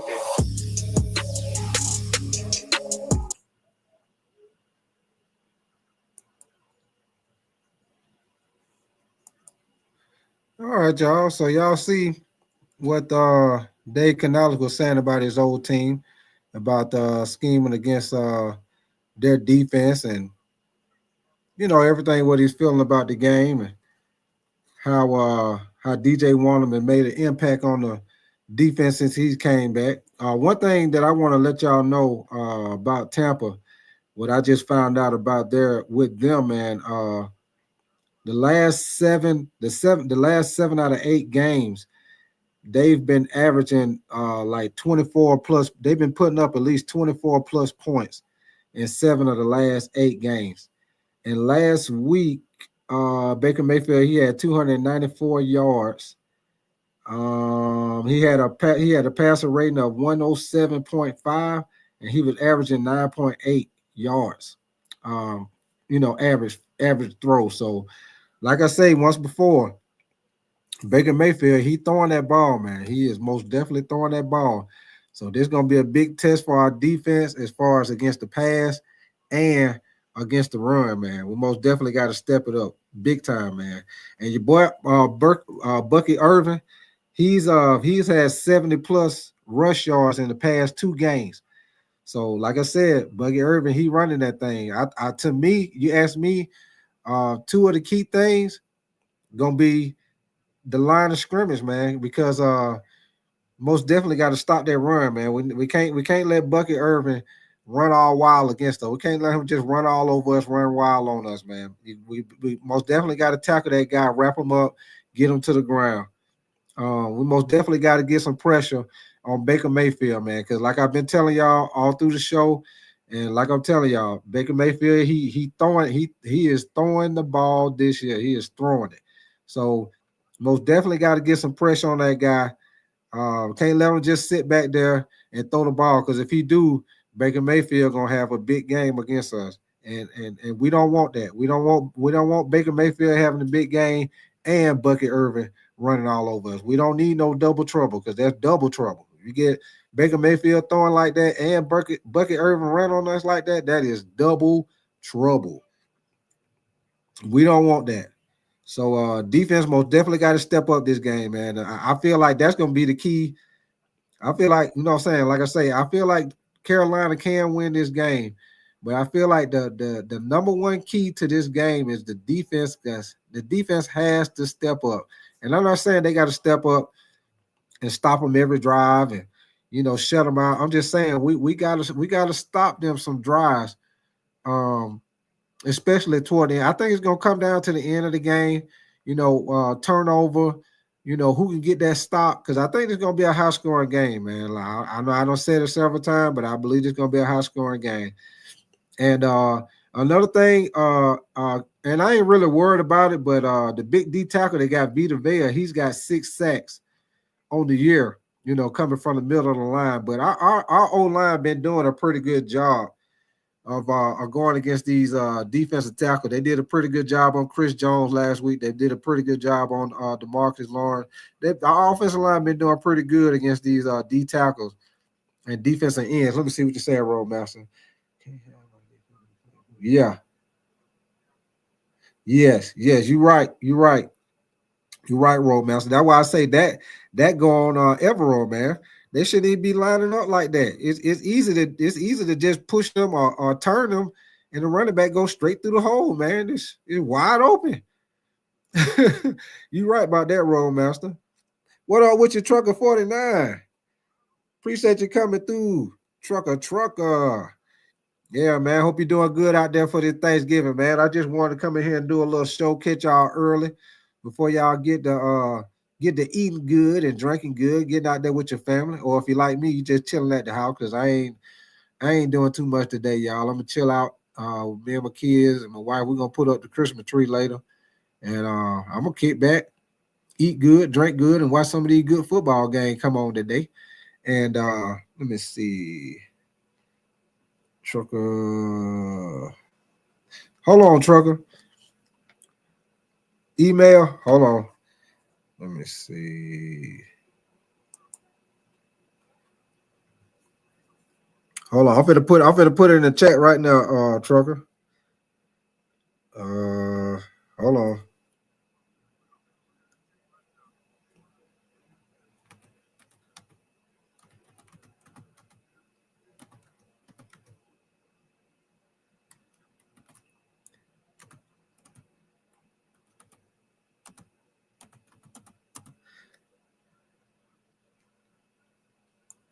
There you go, right there, Trucker. I just put in the chat. Just hit me up on that right there, Big Tight 8686 at gmail.com. Just hit me up on that, and I get your message on that, and I'll most definitely hit you up, man.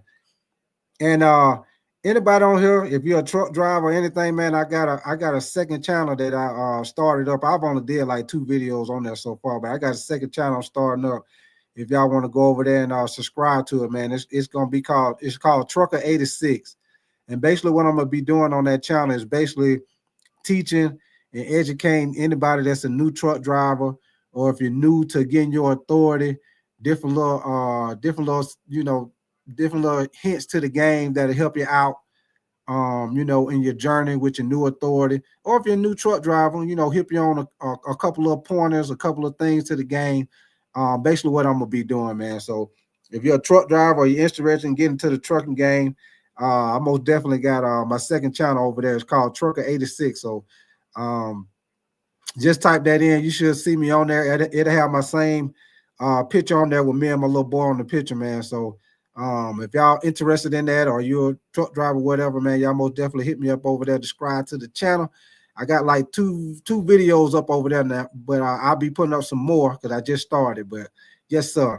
And like I say, with this right here, man, y'all like my content, y'all make sure y'all hit that like button. Most of the time, you could double tap the screen.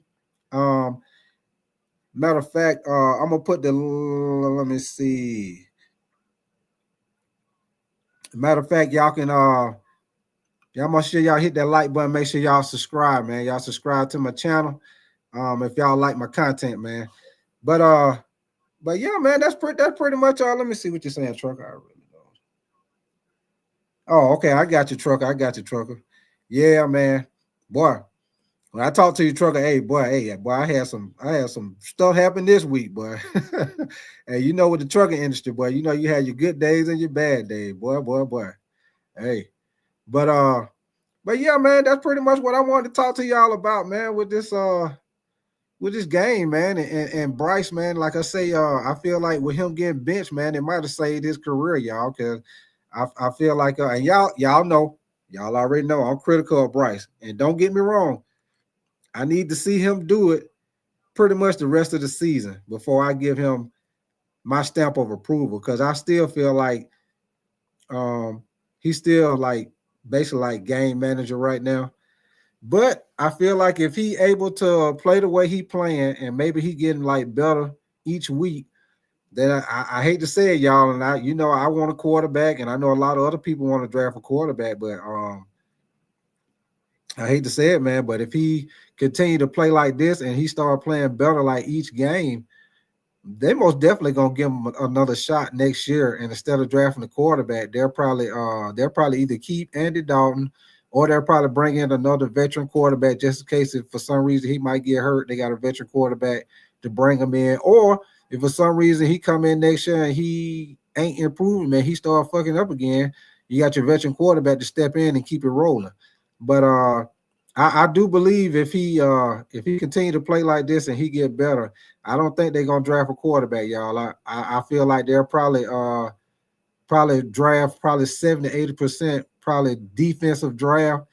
Maybe get one or two, on offense. I still think we need that deep threat receiver, a big play receiver, because I feel like Coker and Leggett, I feel like they're more kind of like possession receivers. If you ask me, I feel like we don't have like that explosive receiver.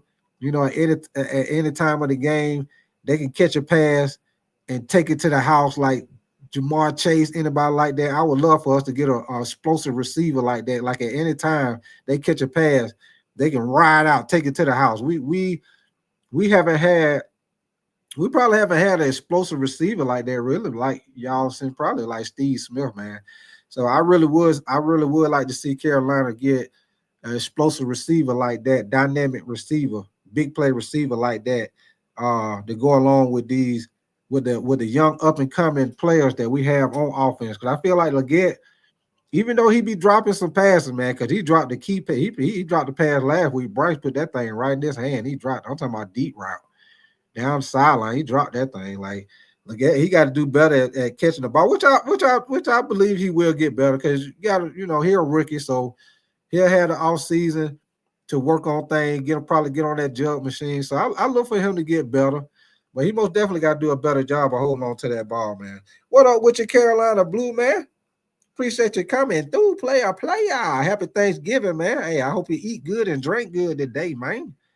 Because I most definitely is. I is. But yeah, man, and I think I believe that Jonathan Brooks, I think I believe he'll probably be used a little bit more this game, especially if it end up being a high scoring game. I believe he'll be used a little bit more this game, and they might hit him a little bit more out of the backfield. He might get a couple more carries too. I think last week he played, but I think they kind of brought him on a little slow. Let me see. Let me see what you're saying, Trucker. Right. You're right, Trucker. We most definitely need some receivers. Yeah, we need some good receiver like route runner, like Thielen, but with more speed. Like I feel like we should have. If you ask me, man, I feel like instead of drafting Leggett, which I feel like Leggett, he's gonna be a good receiver. But if you ask me, man, I feel like we should have drafted Lad McConkey, man. I think we should have drafted him because he over there, because he that type of receiver. I'm a Georgia fan, so I seen him play a lot last year, and he a route runner. He good when he catch the ball in open field. We need receivers like that. We need receivers that's good in open field when they catch passes, good route runner, know how to get open. So I agree with you most definitely, Trucker, on that. Let me see what you're saying. Roadmaster said that he tried. And he be dropping them, boy. He most definitely be dropping them. Hey, like hot potato. He be dropping them, boy. Hey, he got to hold on to him. He got to do a better job of holding on to him, though, Roadmaster. Let's see what you're saying, Trucker. Let me see. Yeah. I believe that. I'm sorry. Trucker 49. I most definitely believe that, man. Like I say right now, hey, if y'all notice, man, they done went from last year, the offense being a liability, as far as with the O-line and the quarterback, to now it's the defense that's the liability, and it ain't the O-line no more. Now it's the D-line. D-line the liability. You know what I'm saying? Stopping the run, getting pressure on the quarterback. We got to do that this game. If we gonna beat Tampa, which I believe we can, but if we gonna beat Tampa, because like I showed y'all, and I showed y'all earlier in the show, Tampa, they up there as far as the points they put up per game. Like I showed y'all, they up there, man. They like what like top, like number 4, number 7, I think they was. As far as the points they putting up per game on offense, they at the top pretty much at everything. Now defense is where they're low at. So that's why I say, and I say it once again, this probably gonna be one of them games where Bryce get that 300 game, which I hate to say it, man, but the only time he did it last year, and that was as a rookie when he went against Green Bay. At the time, they were one of the worst secondaries. He going against Tampa right now. They not good in the secondary. They giving up a lot of points. They pretty much having to outscore people because they scored. They're able to put up points, but they ain't stopping nobody. So that's why I say this could be a game where it's a high scoring game, and it could be a game where Bryce, get that 300, maybe 2-3 touchdown game. So y'all heard it from me. And yeah, I said it because y'all know I'm critical of Bryce, but yeah, I said it. And like I always tell y'all, you got to go off what you see, man. And like I say, man, I go off what I see. And since he came back from him being benched, man, he looked like he playing with more confidence. He looked like he having fun. He's smiling. He looked like he enjoying football. He looked like he enjoying football, man. Because like I told you, one thing about football is it's fun. It's fun. You gotta love the game. That's why people say you gotta love the game, because football hurt. It hurt, man. I'm telling you, I had too many nights after a game, high school, college, after a game, when your adrenaline going, you feel that pain a little bit. But after the game, when that adrenaline go down, and next thing you know, you done took that shower, you back in, you on that bus going. If you're away game, you're on that bus going back home, whatever. Man, that shoulder start hurting. You be laying down at night. You can't really, you trying to lay down, go to sleep. You can't lay on your back, your shoulder hurt. You try to lay on your left side. your shoulder hurt. You can't even hardly get no sleep. Well, whichever way you lay, your shoulder hurt. I had plenty of nights like that. I done had nights where your ankle be hurting, you be limping, your finger be hurting, your finger swole up, you don't jam your finger, wrist hurting. And then when the next week comes, you go to practice, you try, you know what I'm saying? You tape your ankle up, you out there practicing hurt, man. I'll tell you, man, you gotta love the game, man. You most definitely gotta love the game, and if you ain't out there having fun and you don't love the game, I think that had a lot to do with, what was going on with Bryce, man. I don't think that he was having fun. Like I said last year, y'all seen plenty of times he coming off the field, and at the beginning of this season, he looked like he was about to cry, man. There was a couple of games he like he about to cry. He coming out the field with that sad face. Hey, you the quarterback. You can't be looking like that, man. Like I remember back in the day when my little nephew used to play football. He playing at the park. He playing park recreation. I remember one game he got hit. He was on the sideline crying. I had to go over there and talk to him. Hey, man, you can't be crying. You the quarterback. Hey, you got to suck it up, man. Everybody looking at you. If you crying, you might as well say everybody else crying because everybody going off of you. Everybody going off of you. You the quarterback. You the leader of the offense. When you get in the huddle, everybody looking at you. You calling the play. You can't be calling the play. You can't be calling the play and you crying. Hey, you gotta tough it up, baby. Hey, tough it up. Hey.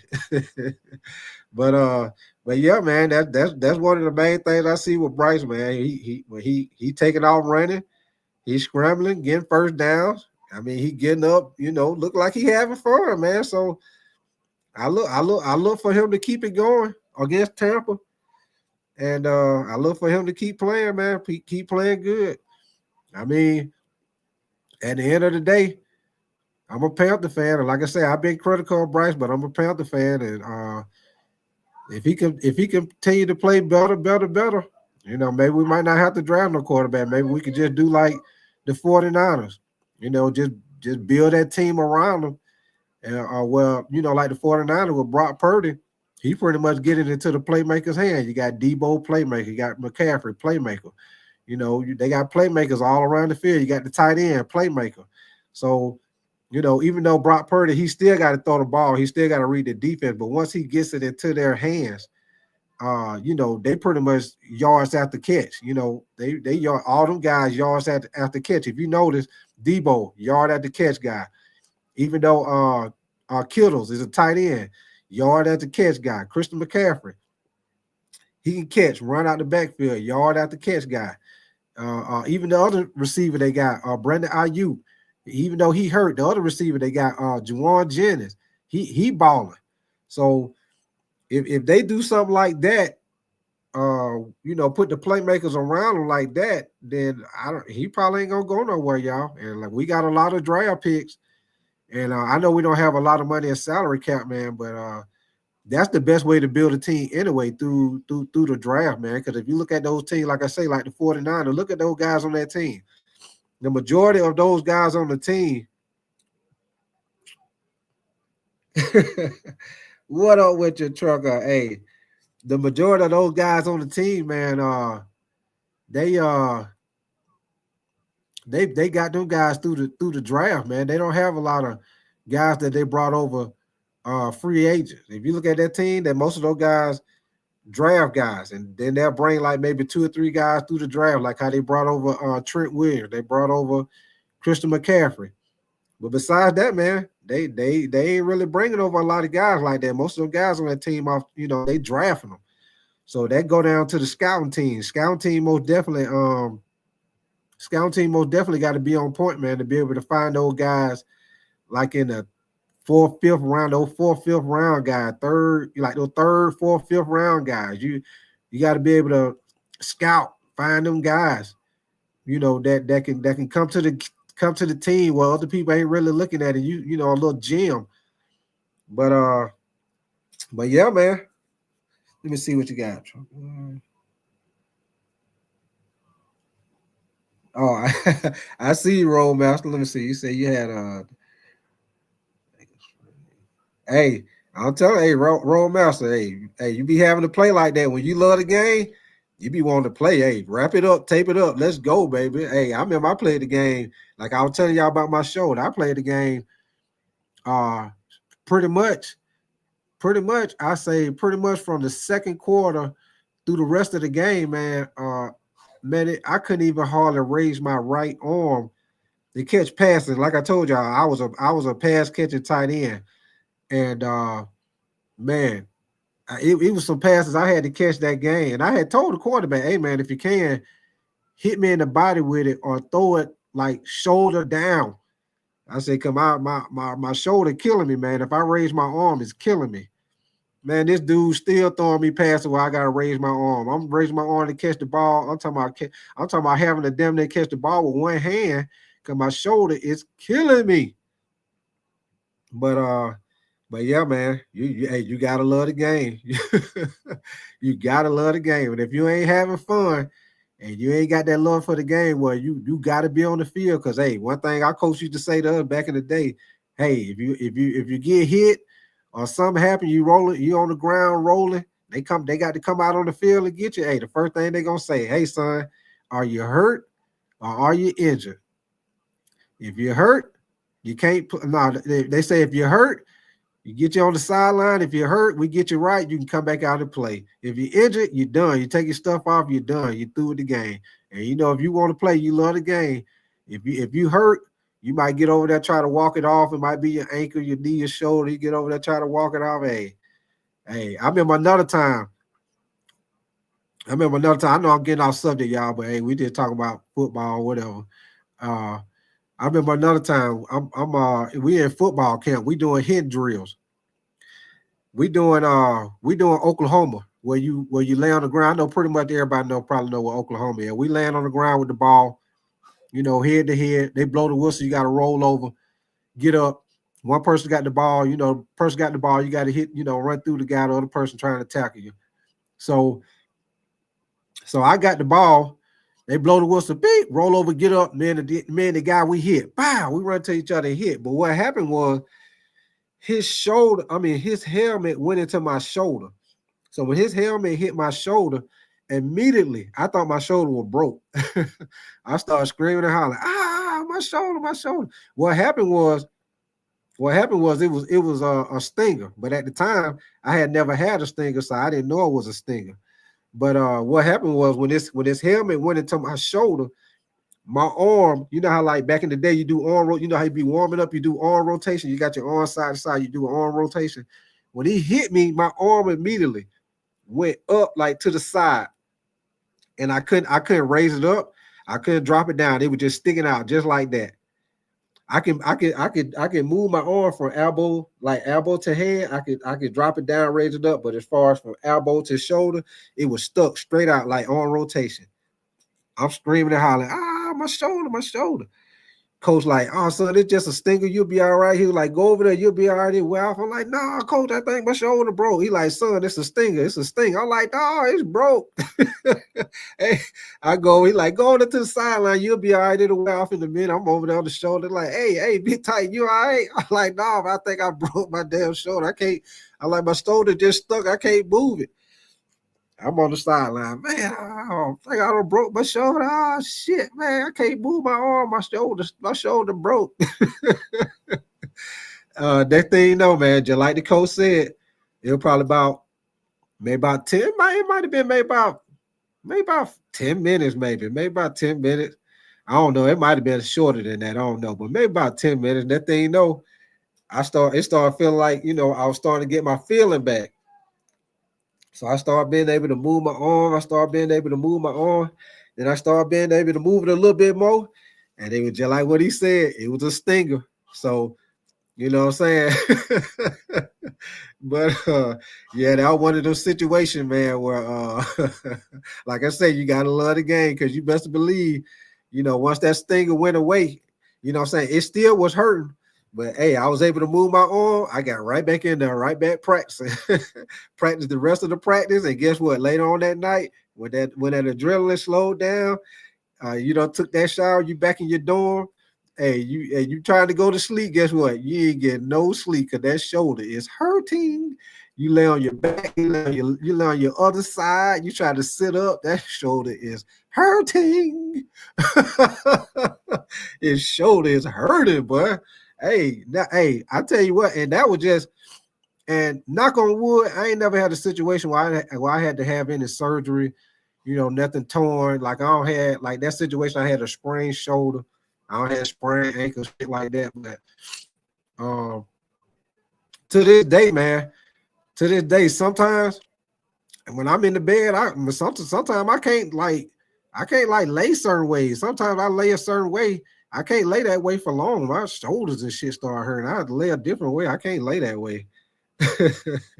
But let me see what you're saying, Trump. I mean, Roadmaster. You say, oh, I see what you're saying. Yeah, man. Hey, them shoulders ain't no joke, but them shoulders ain't no joke, Roadmaster, for real. But that's why I say, hey, you gotta love the game, man. That's why I say, if you look at Bryce, like I say, I hate to say it.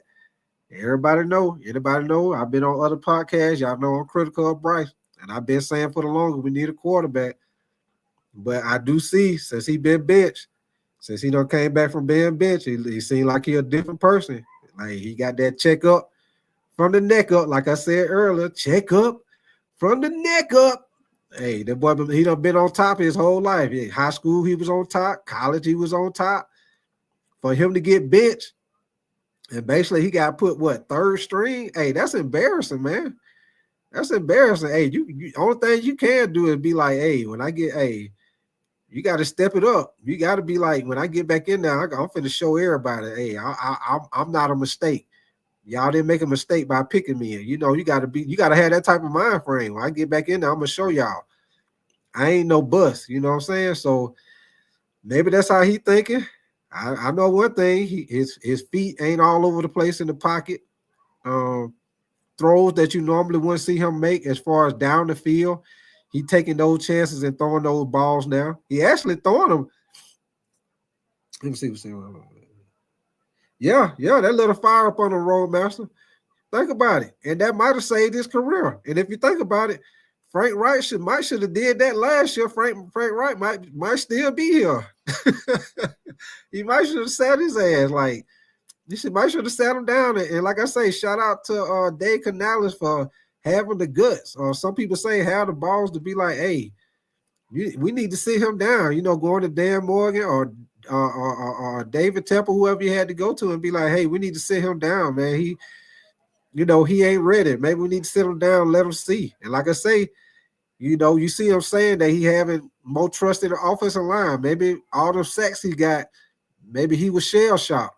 Maybe that might have been why he was rushing his throws, throwing it too early across the middle of the field, like them crossing routes. When he was throwing it too early, he wasn't letting the receivers cross so he could hit them after they cross. He was basically throwing it before they cross.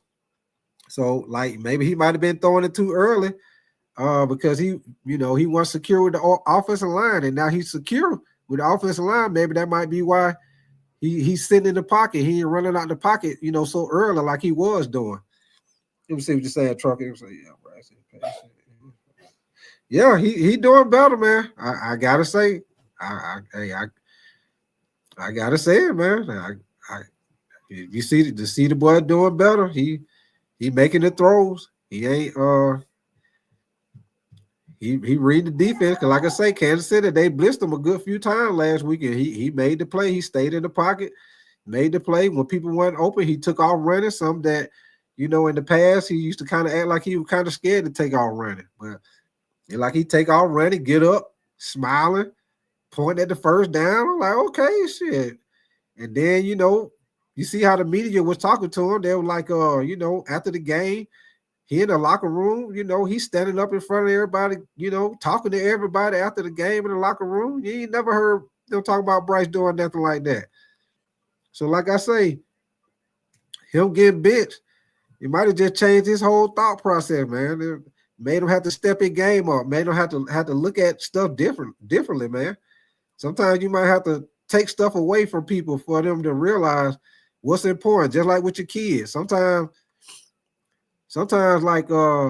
you might have to take stuff away from them. Like if they play sports, they ain't doing good with their grades. Sometimes you might have to take it away, make their ass sit down. Hey, you ain't playing until you get them grades up.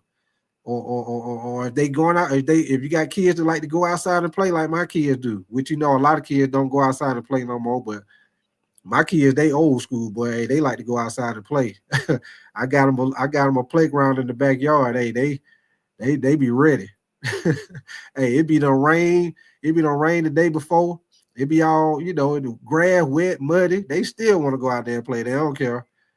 But stuff like that. If they ain't acting right, they ain't doing right. Hey, you ain't going outside.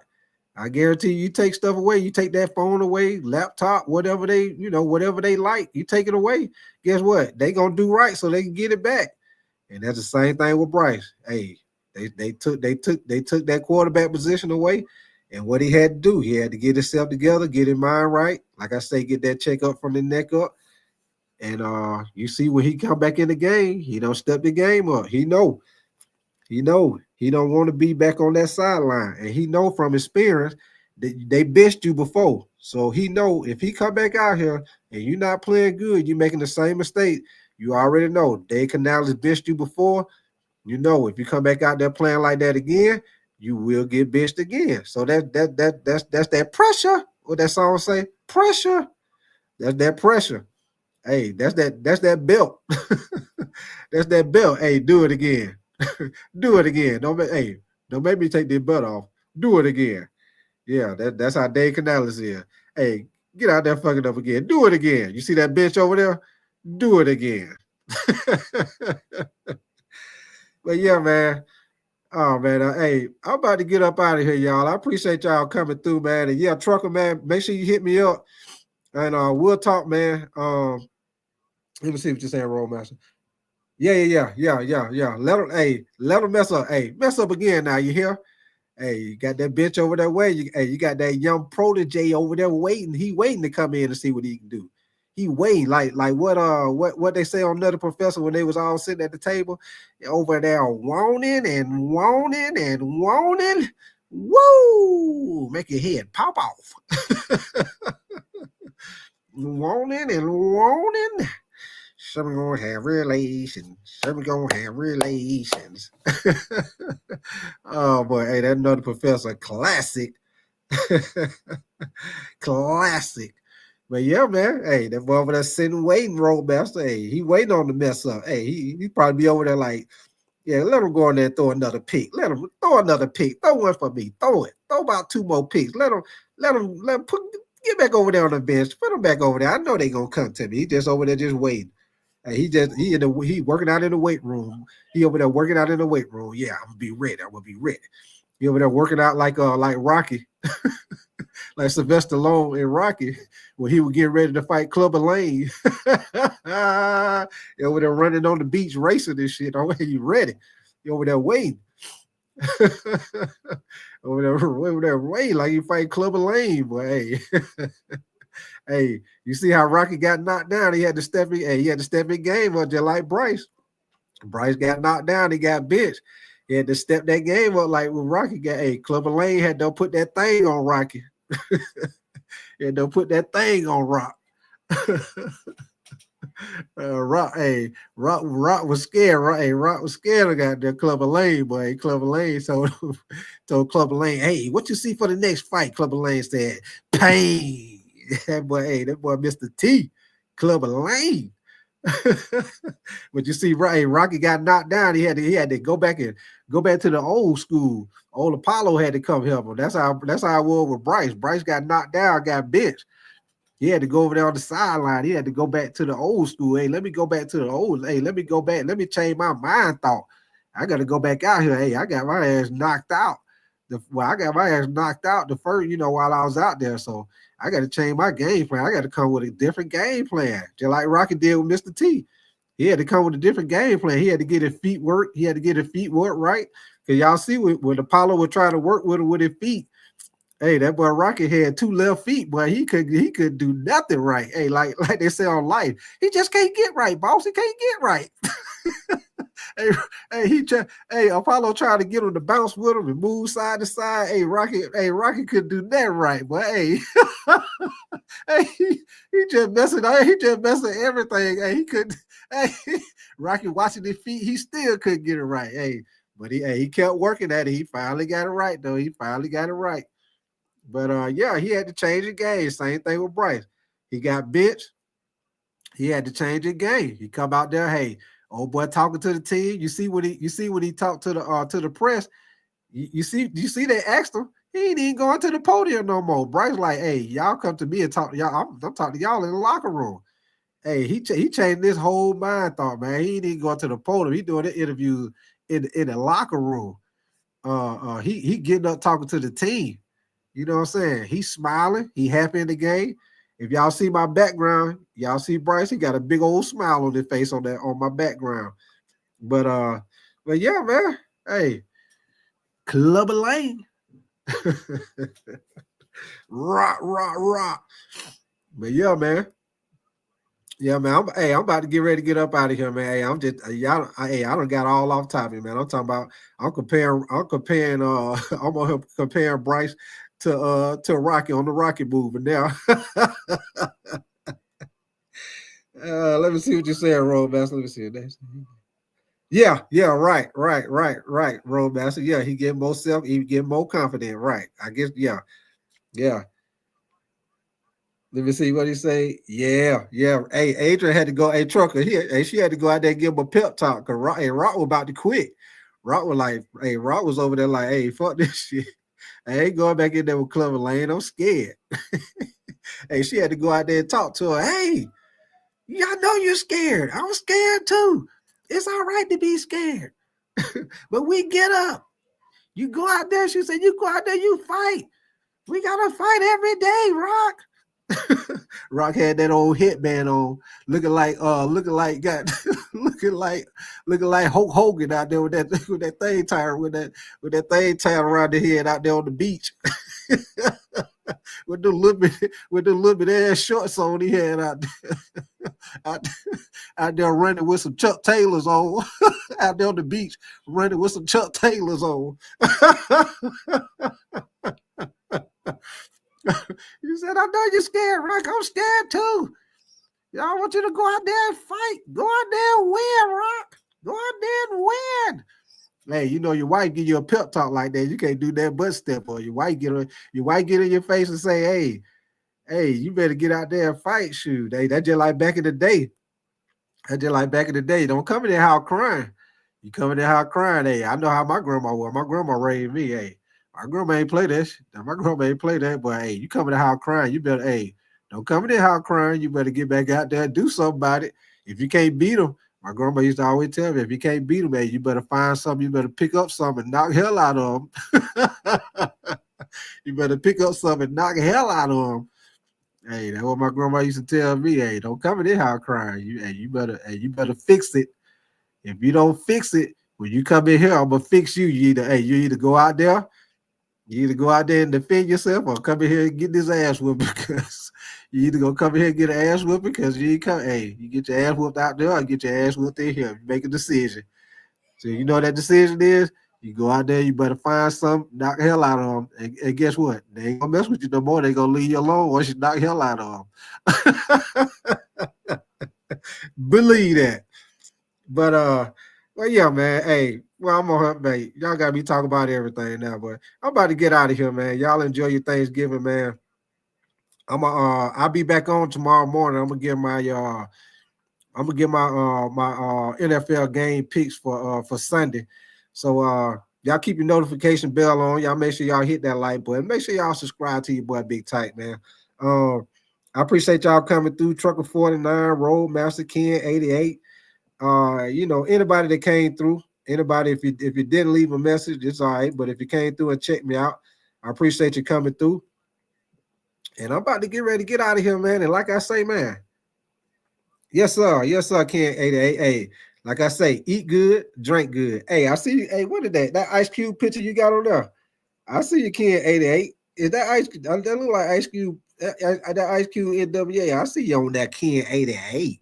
Yeah, but y'all make sure y'all eat good, drink good, man, and have a good time, enjoy their football, man. And I'm gonna holler at y'all tomorrow morning, and y'all be safe.